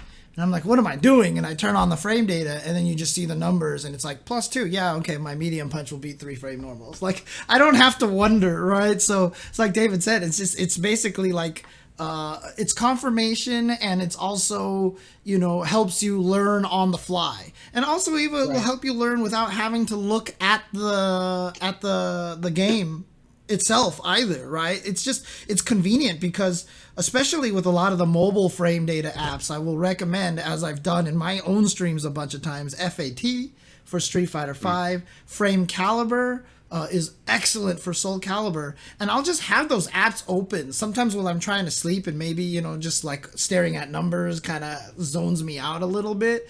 But you could be like, okay, this is -8, so if I sidestep here and he does this move, will I be able to dodge? And just you can figure things out just by looking at the numbers that way. And for a game like Street Fighter V, I've told people in my chat, I was like, do not try to learn this game without frame data. I'm not saying that it's absolutely necessary to learn. It's just that the game is you're gonna learn it way faster. You're gonna learn it way faster because Street Fighter V is less universal, I would say, because a lot of times it's like, this crouching medium kick is plus, this crouching medium kick is negative. You know what I mean? There's less, like, Soul Calibur's, like, break attacks are plus. Like, you can almost always count on that kind of thing, So, just learn the frame data that way. And like Tubo said, some games are going to rely on it more than others. Like, would I tell you to learn Marvel with frame data? No. Like, no, not necessarily. All you need to know is it snaps are 2 frames. That's all you need to know. Yeah. Exactly. So, it's frame data, like I said, I don't think in game, it's just nice because what it does to bring it to the heart and the mind conversation from my standpoint is the reason why I'm putting frame data is important in fighting games in the training mode is it helps the mind players out there. Because heart players won't necessarily be able to use it as easily, but why should we not put it in there to favor one side over the other? We should put in all the tools into a fighting game to help all the different kind of players to learn the way they want to learn. By not putting the frame data in there, you're trying to tell people, like, kind of like how Harada did, I don't want you to have all the answers from the numbers. I want you to experiment. You're telling people how to learn the game. The problem is everyone learns fighting games differently, so let them learn the way that they feel the most comfortable. By putting frame data in there, that is a favor towards the mind players. And by not having them there, or they're there in the first place, doesn't affect how heart players learn. So put it in there.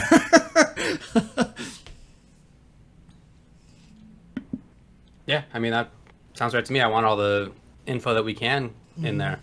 Every game should have hitboxes shown. Like, give us all the info.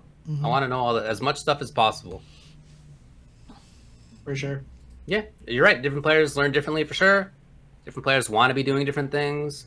And if you don't care about that stuff, don't turn on in-game frame data, don't turn on in-game hitboxes. Right. Easy enough, right? You don't need to be doing those things. Yeah. Pretty simple solution. Pretty simple for sure. Yeah. All right, moving on. Okay. Let's get to other game news. Again, there was a lot. There was a lot of stuff. Let's talk about... Just going to go in order on my end here. I don't know. Oh, you had... all right. Let's talk about Super Smash Bros. Ultimate first. Pyra and Mythra had a Nintendo Direct and now are playable in the video game. Did you guys watch or have you seen anybody play with these characters? No. I watched Thanks, Tubbo. I watched Sakurai's presentation for it, so I definitely watched that. Yeah. Yeah, me too. And I've seen a couple players play with him or would play with her. Them, whatever. So it's a split character in the same way that like Sheik and Zelda were 1,000 years ago, but they tried to make it more so that one isn't like obviously the better of the two. Right. Where Pyra is like the damaging, launching, slower character, and Mythra is the faster, less damaging character. As soon as he was showing that off, I was like, in my head, it's almost always the case that if you have two characters and one of them's the fast one and one of them's the powerful one, the fast one's better. It's like almost always the case. For sure.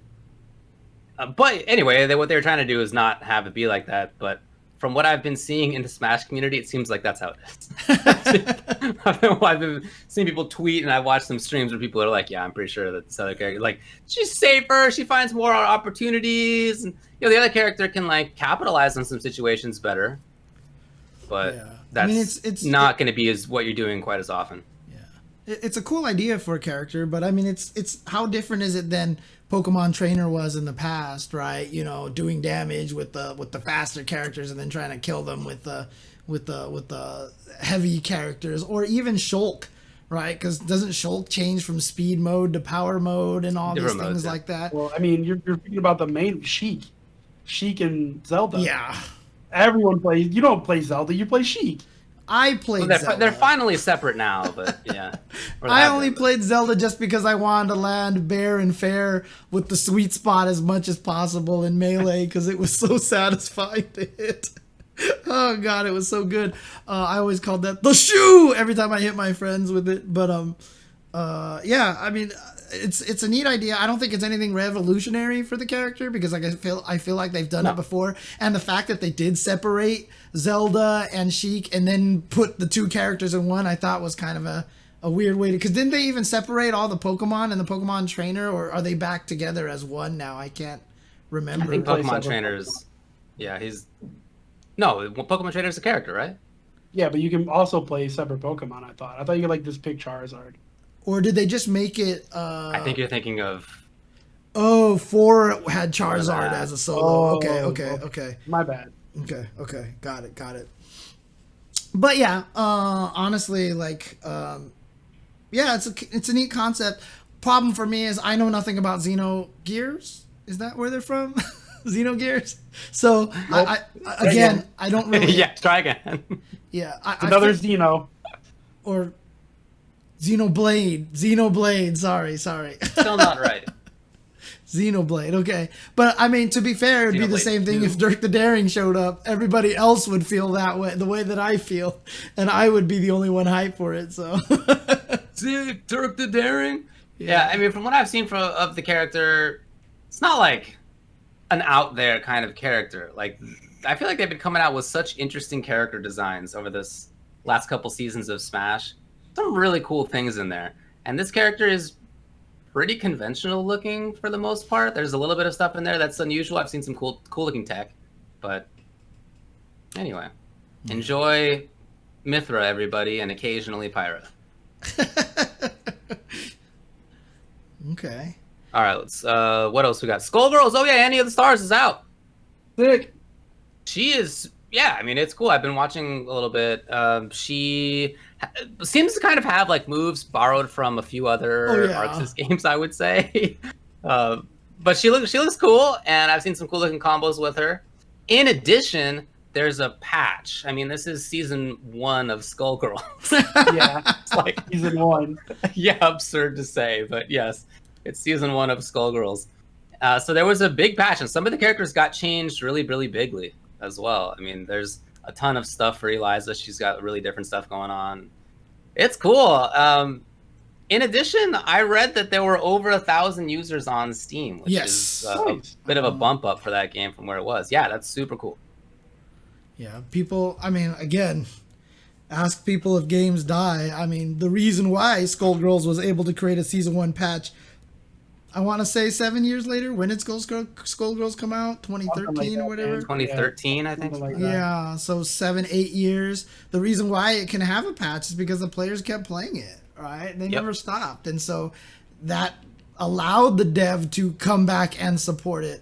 Like I said, I would love to see if somehow, you know, it's not going to happen, but it would be cool if Iron Galaxy just said, yeah, let's add more characters to Killer Instinct, you know? Like, I think that would be sick if something like that happened. And it's happening to Skullgirls, and I think that's wonderful. And I'm really happy for the fans of Skullgirls and their community. Totally, yeah, I agree. Yeah, that Annie's giant fireball. It's basically like a round trip, basically, right? the sword toss or something. Or... The super, yeah. Yeah. Yeah, she has interesting air mobility, and she's got like kind of a Rekka and like an air dive kick Rekka, and a big fireball, a big slow fireball, a kind of dash punch situation. Yeah, she's got a lot of stuff going on. She looks cool. Cool. That's right, an air dive kick Rekka. I could see her face double when I said that. You're like, I was just thinking of Jury from Street Fighter 4. But what if she could do dive kick, dive kick, dive kick? That's literally what Jury did. Did she? Jesus, man. How many years did you commentate that game? I have no memory of this. She couldn't. I'm Gandalf walking into the mines of Moria. It was literally called like something Second Impact, Third Strike was the names of the Rekkas. What? I definitely never knew that. I remember those names, but God, I barely remember what it looked like now. I have no memory of this. It wasn't common. It wasn't a commonly used move. Just the first hit, not the full Rekkas. But she definitely did it. I have no memory. All right, it was off of the it was off of the EX. Anyway, whatever. Moving on. In Grand Blue Fantasy Versus, Eustace will be the 5th character in Season Pass number 2. Oh, that's what it was. Yeah. I know that. I will bet you $1,000 that Jury has a 3-hit attack that is a dive kick in Street Fighter 4. I will $1,000 right now. Okay, but it's not. You don't get to choose each hit, right? Yes, you do. You can do 1, 2, and then stop, or 1, 2, 3, or just 1. It absolutely exists. It's a real thing. How do you know? Because never mind. You know what? I've been challenged on Street Fighter 4 on this stream so many times. Like, I just feel like you just didn't know I existed back then. I knew you existed. That's when I met you. We played video games. Like, I commentated this game with you, and all of a sudden, how does Tubo know things? Where has he been these past 11 years? Well, I'll tell you this. I don't know anything about that game. So. I studied it a lot. Because I wanted to be like my hero, Ultra David. I used to know a tremendous amount about that game, and it has basically all gone out the years. That's fair.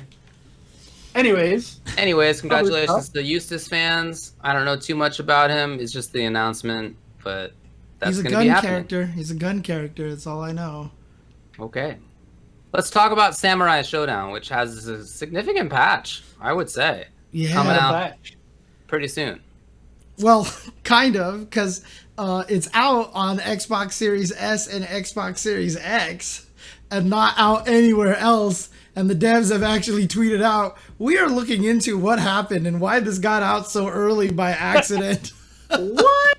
We're looking into. It wasn't supposed to be out. Yeah, because it was supposed to come out on March 16th, right? Yeah, somebody messed up. Well, here's what happened, I think, someone submitted the patch to Microsoft, and Microsoft okayed it. They said, hey, put it out on this date. And they went, yep, that's the date. So I don't know how much you need to investigate that, but that's what happened. And I don't even work there, and I know that for a fact is what happened. But it's a pretty plausible. significant patch. I mean, some of the characters, like the bad characters, are definitely getting buffed. Some of the good characters are getting nerfed, except Gongsun Lee is not getting touched much, which is crazy to me, because I think that character's so good. Like, she has the damn fastest teleport I think I've ever seen in a fighting game, and it's just like, it's so busted. But on top of that, they're changing a bunch of system mechanics as well. They've added a guard break to the game, and I feel like they're trying to do it to reward using the C buttons a little bit more, because the C buttons you almost never really threw out in neutral, because they were obviously very telegraphed and you could dodge them and stuff like that more easily, but they're the only buttons that can trigger a guard break when the character is flashing red. And they'll probably do the most guard damage. The videos that I've seen were like, it was like 3 hits would put him into red, and then the 4th one would actually break them. Once you break them, the C can actually be canceled, which isn't normal. Like, you can't actually buffer the standing C into an uppercut or something, but now if you guard break them, you can. You can't combo them into SSMs and weapon flips, however. Actually, I don't know if you can do weapon flips or not. Don't quote me on that one. But there are some characters that can do stuff like guard break cancel into like Ukyo throw an apple and then combo into something bigger afterwards. Yeah, I was going to say people were finding ways around that to combo into SSM, I thought. Yeah. Canceling the C into like Ukyo apple and then going straight into SSM. And Yeah, stuff like that. yeah. So, like, you can burst it with your rage burst. So Makes sense. you can get out of it just like, any other situation. Yeah. But what's really important is that SNK still hasn't fixed their online play or the lobby. So all of this is really great, and I'm happy that they added all this to the game and they're patching and adding characters, but no one can play it, so who gives a shit? Yeah. I've seen a lot of the Sam Show fans express that too. They're like, I got excited about the patch, and then I remember the netcode, and then I didn't care. So I mean, it's like just a smack back to reality. It sucks so hard. I mean, the other system mechanic they added was being able to run into dodge now, which is kind of big as well, because you can try to bait out counter pokes from the run into dodge and stuff like that. But the netcode thing is the big issue, right? There's no word on that. There's no word on that being improved. Cham Cham's coming out, and I want to be excited for it, but I mean, I'm going to try running some Parsec stuff this Thursday. I finally got that all set up, so I'm going to run Sam Show Parsec on Thursday this week. So if you want to come and play some Sam Show casuals and see how it feels on Parsec and stuff, come and hang out with me on Thursday night. Yeah, normally most people can't play it online. Like, it's just not playable, and it's really frustrating. The netcode, the netcode not being good is just, it's so, it's hurtful. If a great patch drops in the woods and there's nobody there to play it, does it really exist? I saw someone respond to SNK's tweet about the patch notes and said, hey, I bought this game. I go in on ranked and I couldn't find anybody to fight, so I returned it. That sucks. Yep. I mean, that sucks. Yeah, I don't have anything. I can't think of anything nice to say. I wish I could be excited. I really love that. I mean, game.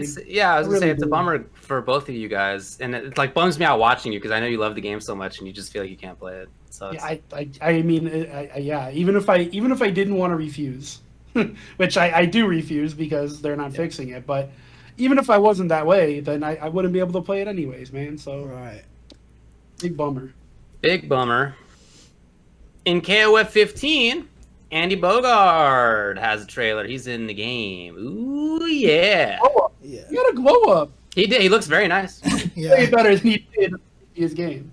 I mean, in the previous game, he was, especially at launch before they made some changes, he was particularly bad looking. I felt like he was really the classic meme that came out at that time of him fitting into Tekken 2's art cover art, and it looks actually like it's right. He actually did fit into. I felt like, boy, what a gross looking character. But yeah, anyway, now he looks nice. I felt like they had no choice but to try to make him look much better because he was the meme character. And it's funny because you can see it from a lot of people who are like, I've never cared about Andy before, but wow, he actually looks really cool. So, I mean, what's interesting about that one, obviously, is, they revealed Joe recently. So here you go, Joe, Andy. And so most people, although this trailer didn't say see you next week, so we're not sure if we're getting a trailer tomorrow or not, because all the other trailers said that. So we'll see what happens tomorrow. But, a lot of people are saying, oh, okay, here comes Terry. Although there could be, I mean, maybe they're trying to set us up for something crazy and it's Mai that's on this team instead. And Terry's on the team with Rock instead. Like there's a Terry, Rock, and another character. Like put Geese on there and just have the family reunion. Oh, man. Yes. Be really interesting. Their relationships. Yeah, I know the lore too, David. Yeah. And I really appreciate it. I mean, the thing about it is, like... This is like the one bit of SNK lore that I do know, though. Yeah. Actually, I mean, it's one of those interesting things, though, because the thing that I've learned about SNK fans is that one of the reasons why people love SNK, especially KOF, as much as they do, is because the lore is so consistent and actually really interesting. I mean...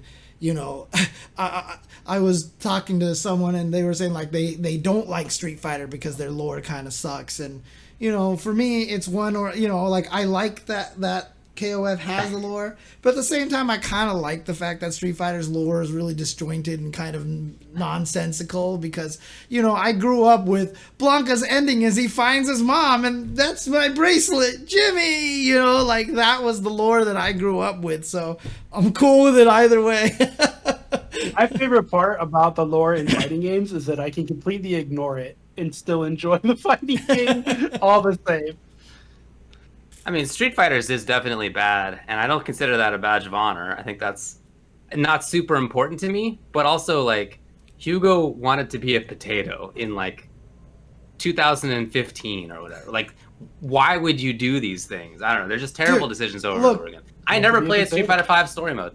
One of the storylines of Street Fighter 3 is that Dudley wants to defeat the big evil leader of the Illuminati because he stole his car.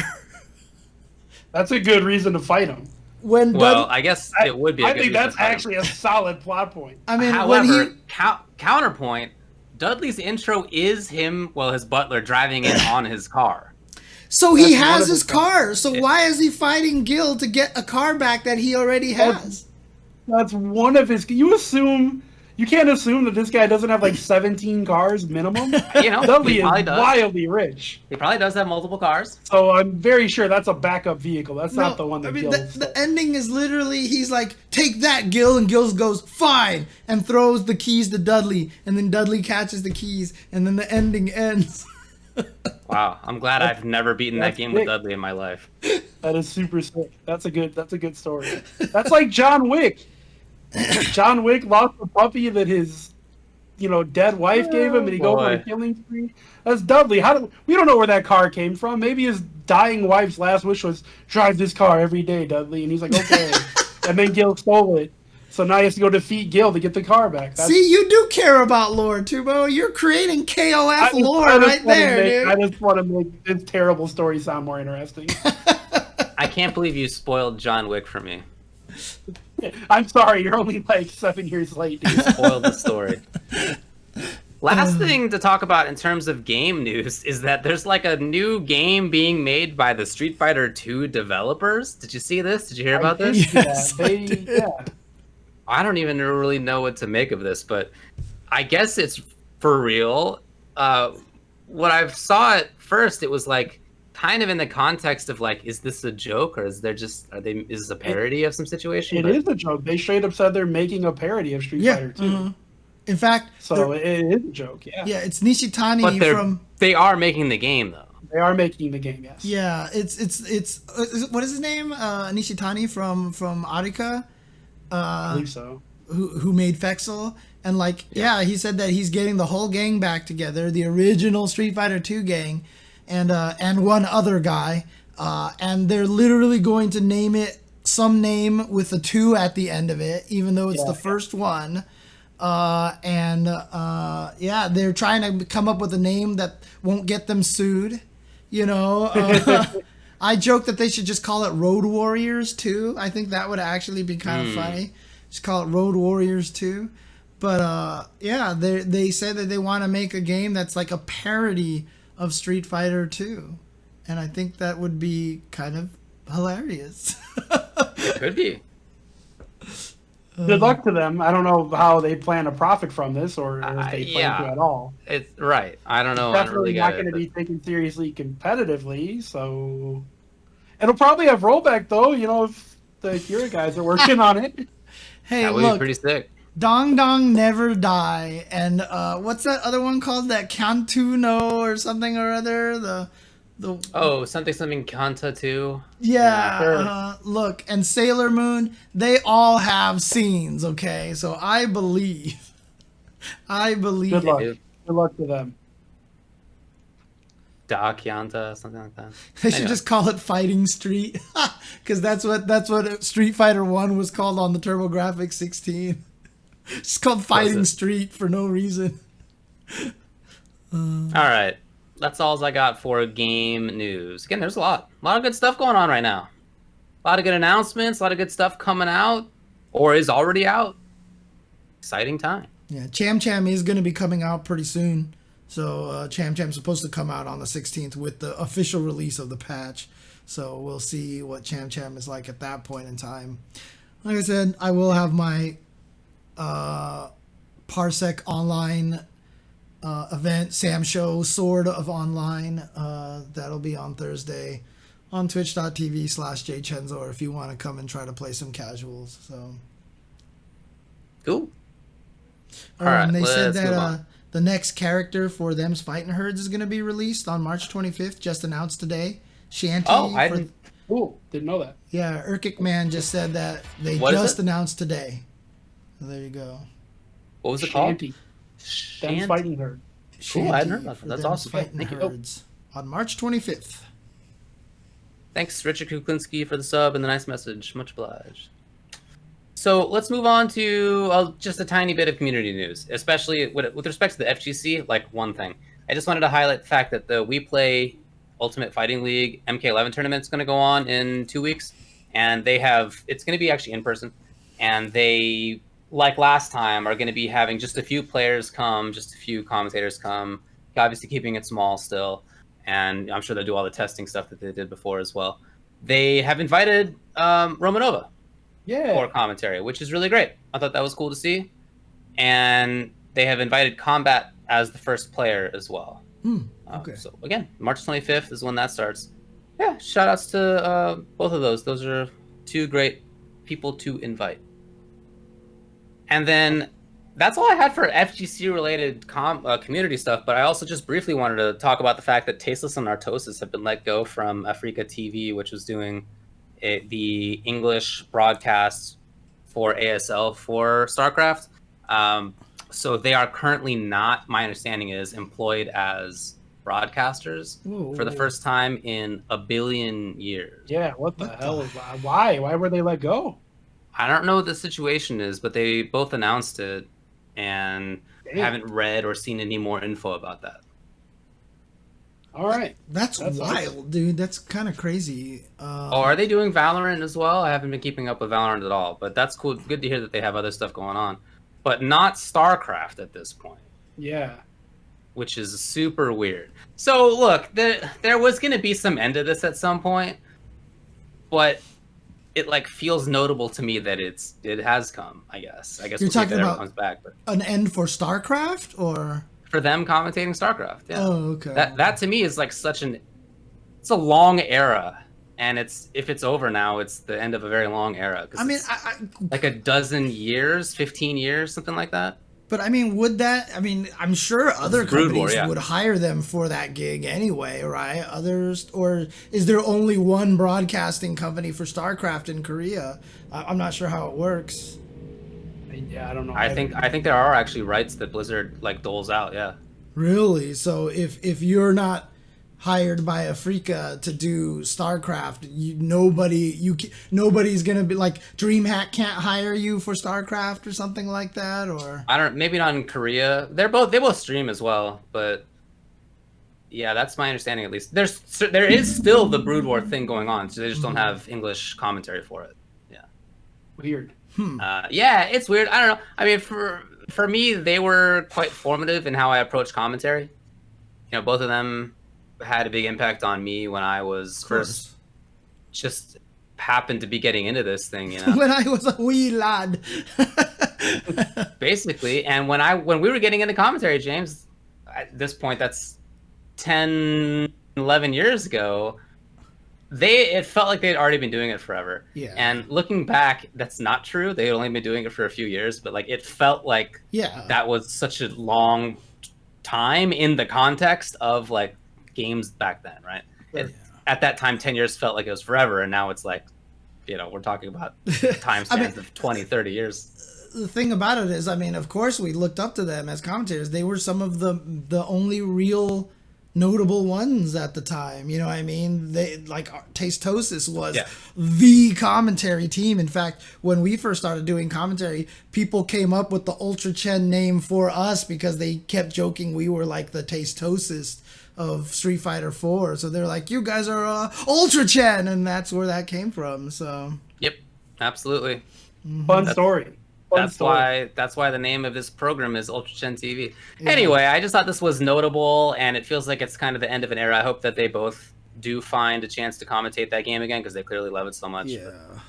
As long as they have other stuff. I was going to say, I have a fun story where I had a friend who, when I don't talk to anymore, but when I first started playing fighting games, and you two were commentating something that we were watching, he was like, "Oh, so these guys are like the Tasteless and the Tasteless of fighting games," and I was like, "Yeah, I guess, but you know, like I commentate too." And he literally told me, "You'll never be like them." And here I am, motherfucker. Suck my wiener. No wonder you said you don't talk to him anymore. What a nice fella. Yeah, they're both big fighting game heads. Actually, they both really like. They both played a lot of Street Fighter 4, and they both follow the scene still. So that's cool. Shout outs to them. Yeah, a lot of back at Super Arcade, we would occasionally see Tasteless's brother Day 9 show up to the arcade and just hang out and play. It's so weird because the guy who created the mobile game Threes, which was a really popular game at one point on the mobile platform, is the son of one of my ex-coworkers from my last job, and him and Day 9, Day 9 actually lived at my coworker's house with the guy who created Threes. It was just weird because like I was talking to my coworker, I had no idea, and he started talking about this, and the next time I saw Day 9, I brought it up to him. He was like, "Whoa, that's weird." That is weird. Yeah, small world, dude. Small world. Yeah, and yeah, Tasteless was at Evo Japan. Yeah. We had actually got a chance to talk with him on his podcast 1 year ago, longer than 1 year. Oh. All right, that's it for this. Let's move on to moving a on. couple things for upcoming events. Just wanted to shout out that there's an event being hosted by Marine. Circuit Breaker is going to be on March 12th through 13th at twitch.tv/UYUTV for Street Fighter 5. Again, shout outs to Marine doing commentary for that. Marine. Indeed. What's That's the Circuit Breaker? There was also the basically we had the Queens of Kombat, obviously with all the drama. It got rebranded and now run by a bunch of different groups. What was it called now? I forgot what it's called now. I just wanted to be able to shout that out. Somebody in the chat, like Curly, remember what it's called? I definitely want to just take the time to shout that out because I know a bunch of people are working on that who used to work on the Queens of Kombat, including Flexus. Royal Rivals, I think that's what it was. Yeah. Royal Rivals Official. Here we go. So it's called the Royal Rivals, all women and non-binary exclusive FGC tournament series, hosted by the online local. Auric put the Twitter there. You can see twitter.com/Royal Rivals. And so, yeah, so Queens of Combat has been rebranded, no longer involving the original person running the event. So there you go. Definitely want to support that. When you mentioned Maureen, that's what I thought of that because she definitely is helping with that as well. Mm-hmm. Let's not Also, forget about the Grandsky Rumble. The Grandsky Thanks, guys. Rumble. the good old Grandsky. Yeah, Grand Sky Rumble Ebonic Plagues GBVS event is March 14th at 1 p.m. Pacific time at twitch.tv/Jeff the Hero, Jeff's Twitch channel. He was on the show. Ebonic Plague was on the show last time to officially announce that. And there's a lot of information about it on last week's show, so check it out if you are interested. Yeah, I'm trying to see if I can March find 14th. the slide that I was given for that. This one right here. Yeah, here we go. Here's the one. Grandsky Rumble. With all these players doing an exhibition against each other. 16-player invitational. Zombie Mood, 2D, Magi, Kizzy K, Rice Boy, Diaphany, etc., etc. All these players here, so... Yeah. I just wanted to be able to say Diaphany because everyone calls him Diaphone. And I think it's actually pronounced diaphone. I thought it was think that's diaphone for sure. I think that's how they prefer it to be pronounced. When I talked to, I remember I said it as Diaphany on stream one time, and I kind of remember they were like in a chat and they were like, "You're the only person who's ever pronounced that right." So I always thought it was Diaphany too. So, but I never commentated their matches. I think probably he's just Diaphone now because that's what everybody calls him, and it's just like whatever at this point. So kind of like Viscant, you know? Right? Yeah. He got what he deserved. Yeah, Viscant's a real weird way to spell that, and also a real weird word. Like, anyway. Like that All right, doesn't let's even move make on it. to the mailbag. Yeah, Viscant doesn't even make any sense. Like CA can't be an S sound, like literally. So it's weird. Well, I mean, it does make sense in some other languages, but I don't know why he would do that. Okay. Anyway, whatever. It is weird. In conclusion, let's get to the mailbag.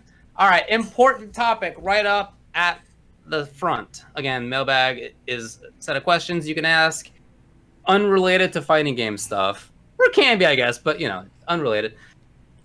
That we get to choose which ones we answer, unlike the 5-5 where you guys vote. So here's good old Ryan Kasmer, who asks, who would win in a fight? Number 1, Calvin and Hobbes fused together from the teleporter in The Fly, parentheses 1986. Or all 7 of Snow White's dwarfs stacked together like Voltron. Thanks to Ryan Kasmer for this mailbag question. Tupperware, who do you got? Calvin and Hobbes free. That's Why? not even a challenge. Why? Because Calvin and Hobbes, it's a tiger, man. There's a tiger, and become a tiger person against 7 dwarves stacked on top of each other. Okay, but it's a real tame tiger. It's not like... It doesn't matter. Also, like, what if it's... claws? Maybe it's stuffed animal. What do you think about that? Well, maybe it's not like the tiger that he sees in his head. What about that? Look, all I'm gonna say is that obviously Dwarftron is going to win without question because they have the best catchphrase. It's off to work we go, right? I mean, like that's a sick ass catchphrase for them. That's his intro. And the 2, Dwarf Voltron. Yeah, hi ho, it's off to work, we go. And then the other problem, the Rumble. The other problem with the Calvin and Hobbes fused together, aka the Fly, those two can't even cooperate and get along when they're friends and not fused together. If they're fused together, there would be this internal fight between the two forever, and they would not be able to get anything accomplished. That's basically just how I see it. So, well, Calvin and Hobbes, Calvin's just arguing with himself, right? So if you combine that into himself, it just makes him an even wilder, crazier tiger. I don't see how this doesn't work out in his favor. It just depends. It just depends what the rules of this fight are. What if the rules of the fight are Calvin Ball, James? What about that? In which case, Calvin's going to win for sure. Also, I will say this. It depends on which Snow White dwarf ends up being the head. If they form Voltron and it ends up that like Dopey is the head, done. They're done. If it's Sleepy who's the head, no chance. But maybe if Doc is the head, I don't know if that's how it's going to be. Maybe that would be helpful. But, you know, wherever Sleepy ends up, there's just... Maybe he won't be able to walk. Maybe he won't be able to punch. Yeah, that's just not going to be a useful dwarf down there, unfortunately. Better not have an important role. Like, what if it's the torso is Sleepy? No way. He's going to fall over for sure. The dwarf Voltron's not going to get anywhere.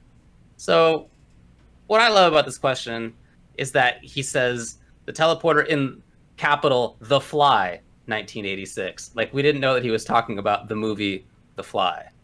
Thanks to Casmer for being super helpful in asking this important question. Moving on. All right, and in a question that seems designed to frustrate me specifically, Rachel Artemis asked, you have won a prize.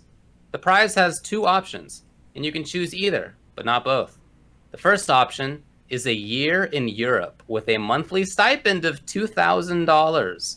The second option is 10 minutes on the moon. Which option do you select? Terribly frustrating choice. I'm assuming that, you know, you're safe on the moon. You have a suit and...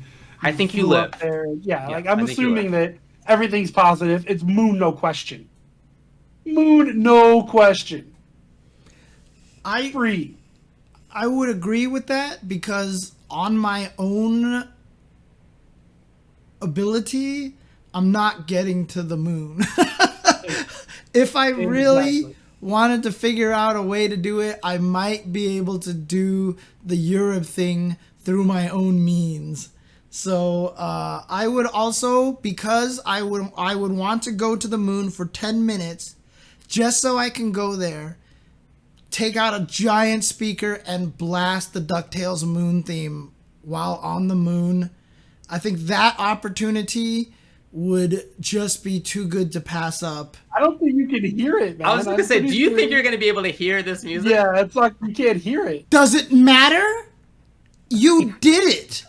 And that's all that matters. Did you do it, though? Yeah. Does it count if it doesn't make a noise? Yeah. Absolutely, because there's some sort of space creature out there that can pick up the sound waves and interpret it themselves. That will hear no sound wave millions of miles away. I don't know. There's no sound waves.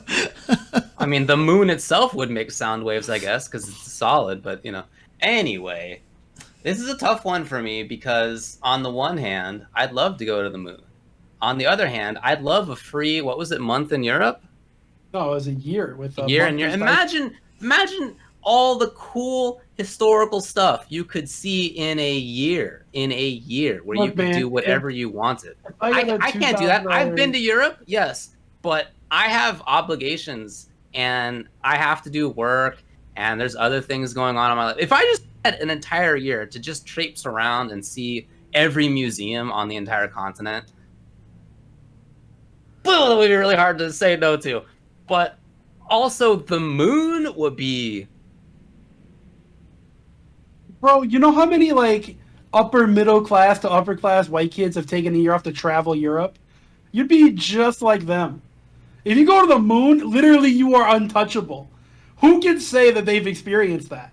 Okay, well, I have actually spent 7 months in Europe. Like I said, upper doing nothing. Middle upper class white kids, or Jewish in this case, getting to backpack across Europe. That's nothing new. Going to the moon is. I'm going to the moon. I did study abroad in both Paris and London. That's true. Yep. Going to the moon. Here we go. You're just living example. Putting the headphones into my ears and I'm playing the DuckTales Moon theme on the moon. That is happening for sure. Honestly, though, I mean, to be able to look at the Earth from the moon, like, I feel this way whenever I go to the ocean. You look at the ocean and you realize on the other side of the ocean are other countries and everything. And it's just one of those things that puts your life into perspective and your place in the universe into perspective. If I had the ability to go to the moon and stare at the Earth from the moon, like, I don't know, like, I feel like that changes a man. You know what I mean? Like, I just feel like that's the kind of thing that you do that and then you just understand the world a lot more, because I don't know. It's like, I couldn't pass that up. I honestly couldn't. Yeah, I don't think I'm with James. There's no way. There's no way I'm passing up the moon. The answer is definitely moon. Yeah. There's no doubt about it. It's moon. Okay. Glad we brought you to the moon side. Okay, here's a follow-up by Adam, a.k.a. The Keats on Twitter, who asks, here's a monkey paws question. You get to win every tournament you enter for the next year, starting when live events start again. But during that time, a current top player, chosen at random, will take over your Twitter the entire time and post whatever they want. No one will know the deal happened, or that you are not in control of your Twitter, or why you are suddenly on a hot streak. No way. No way in hell am I letting some random person post tweets for me. But some top players are real cool fellas. Yeah, I'm not saying that they wouldn't, but say a top player gets real mad at you, right? And they get a hold of your account. This son of a bitch has been winning every event. I'm just going to tweet out a gamer word.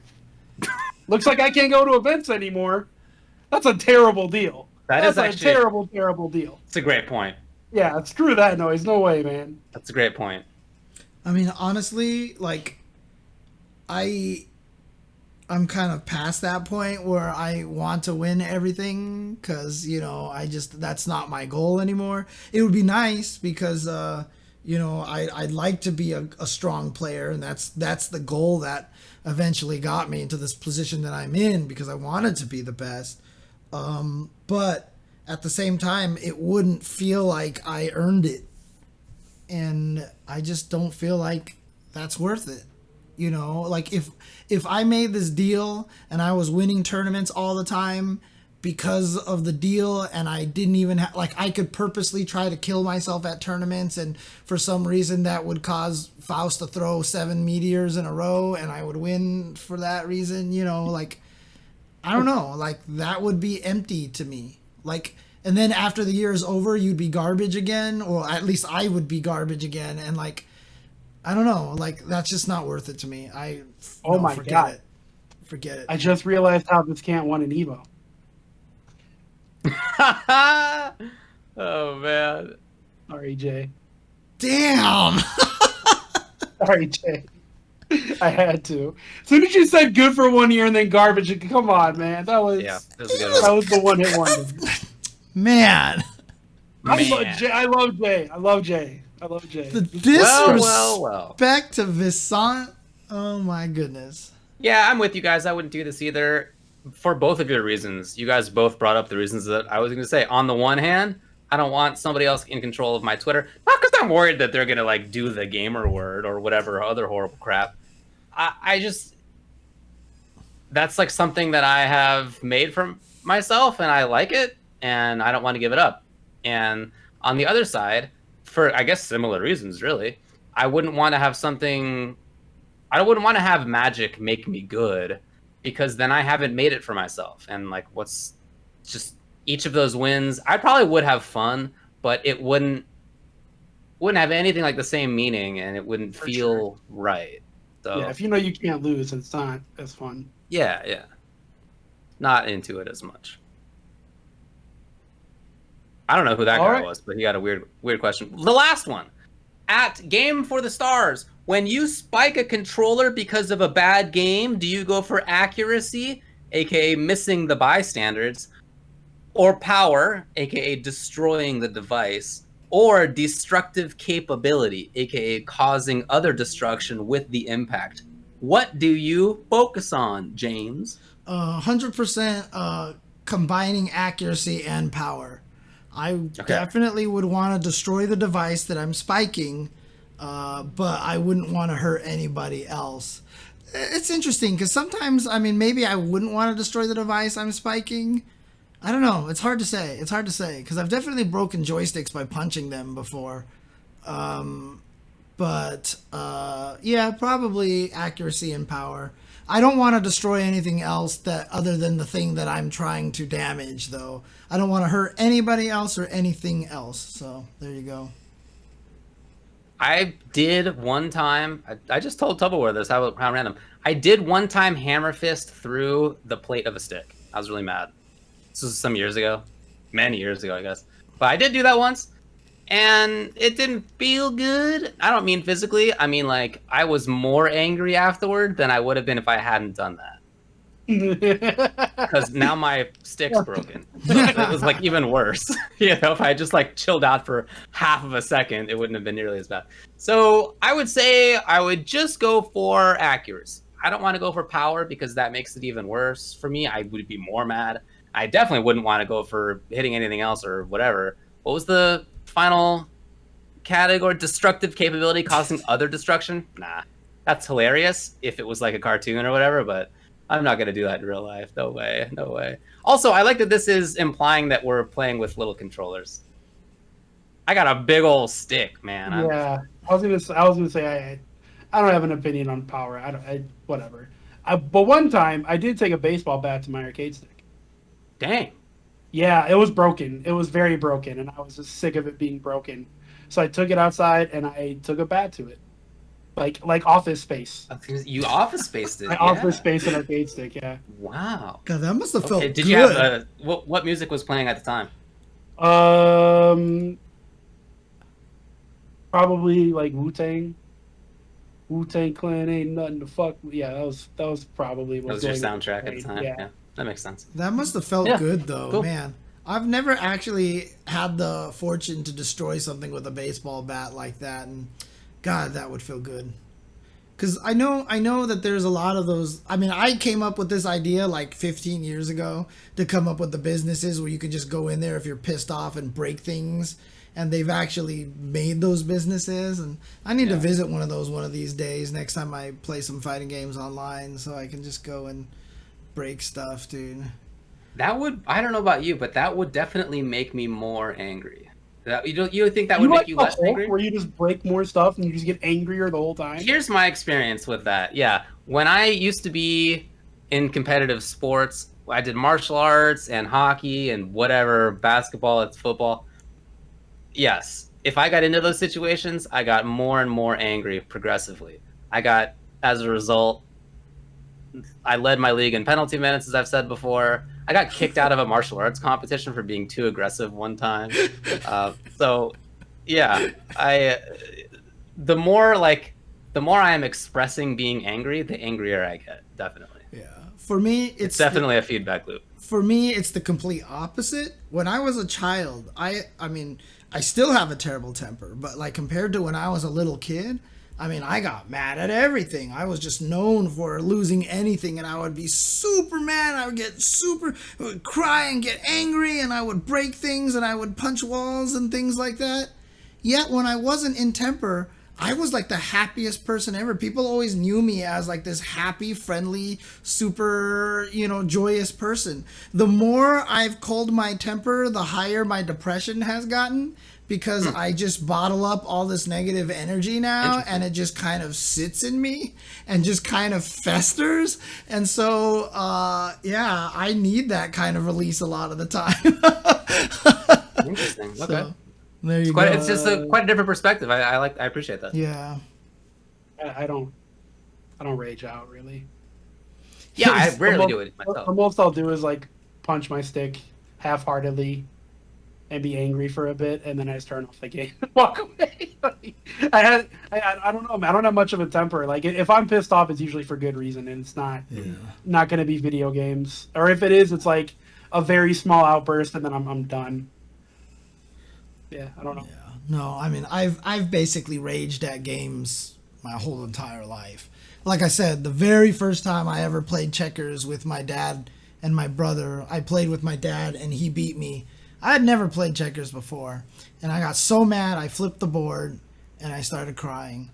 Like, I didn't even know what gaming was or what. I just knew I lost, and I was so upset about it that I flipped the board. And my brother tells me, like, him and my dad, like, looked at each other like, what just happened? Like, it was such a shock to them that I got this mad, and I've been that way my whole life. So... I got really upset in my first competition loss, which was for the school district-wide spelling bee championship, which I got second place at, and I got really sad and I cried, and a picture of me crying was actually in the newspaper the next day. My mom and dad still have that newspaper. They should frame that. That should be like the first thing they see. Can we scan that? Can we scan the? I don't know. Time you In go retrospect, home, like now I'm like an adult. Like, what adult made the decision to take this like 9-year-old kid who's crying and put him? It wasn't front page or anything. Like, but like, you're telling me you wouldn't do that, David? I feel like you would be the exact No. person to post that picture. no, And then you put like some fart waves behind him. dude. fart Please, waves maybe, but please not find that. Not the crying. please find that. So yeah, like the chat says, I can actually scan it and turn it into an emote. Have the crying David kid But then emote. Oh wow. Oh man. What a time. I cried the very first spelling bee I lost too. Yeah, so I got third place out of 3 people. Oh dang. It taught me a lot right. though, because I was asked to spell a word and I just didn't even think about it. I just like spouted letters, and when I got to the end, I was like, what word was I spelling? And I just said the wrong letter, and I was like, what? And so like that's what allowed me to win the other spelling bee in the 4th grade. That was in the 1st grade. In the 4th grade, I was able to win the spelling bee, and that was the one that my dad said that if I won, he would buy me an NES. So I got an NES for that. Yeah, I was sitting there like 2 years ago. This kid couldn't win shit. I got his money in the bank. Yeah. No way he's winning. My dad was not happy about that, for sure. He was like, I wish I never made this promise, dude. Dang. Correct. Yeah. All right. Well, that's all we got for the mailbag. You guys. All right. Thanks for joining us as per usual.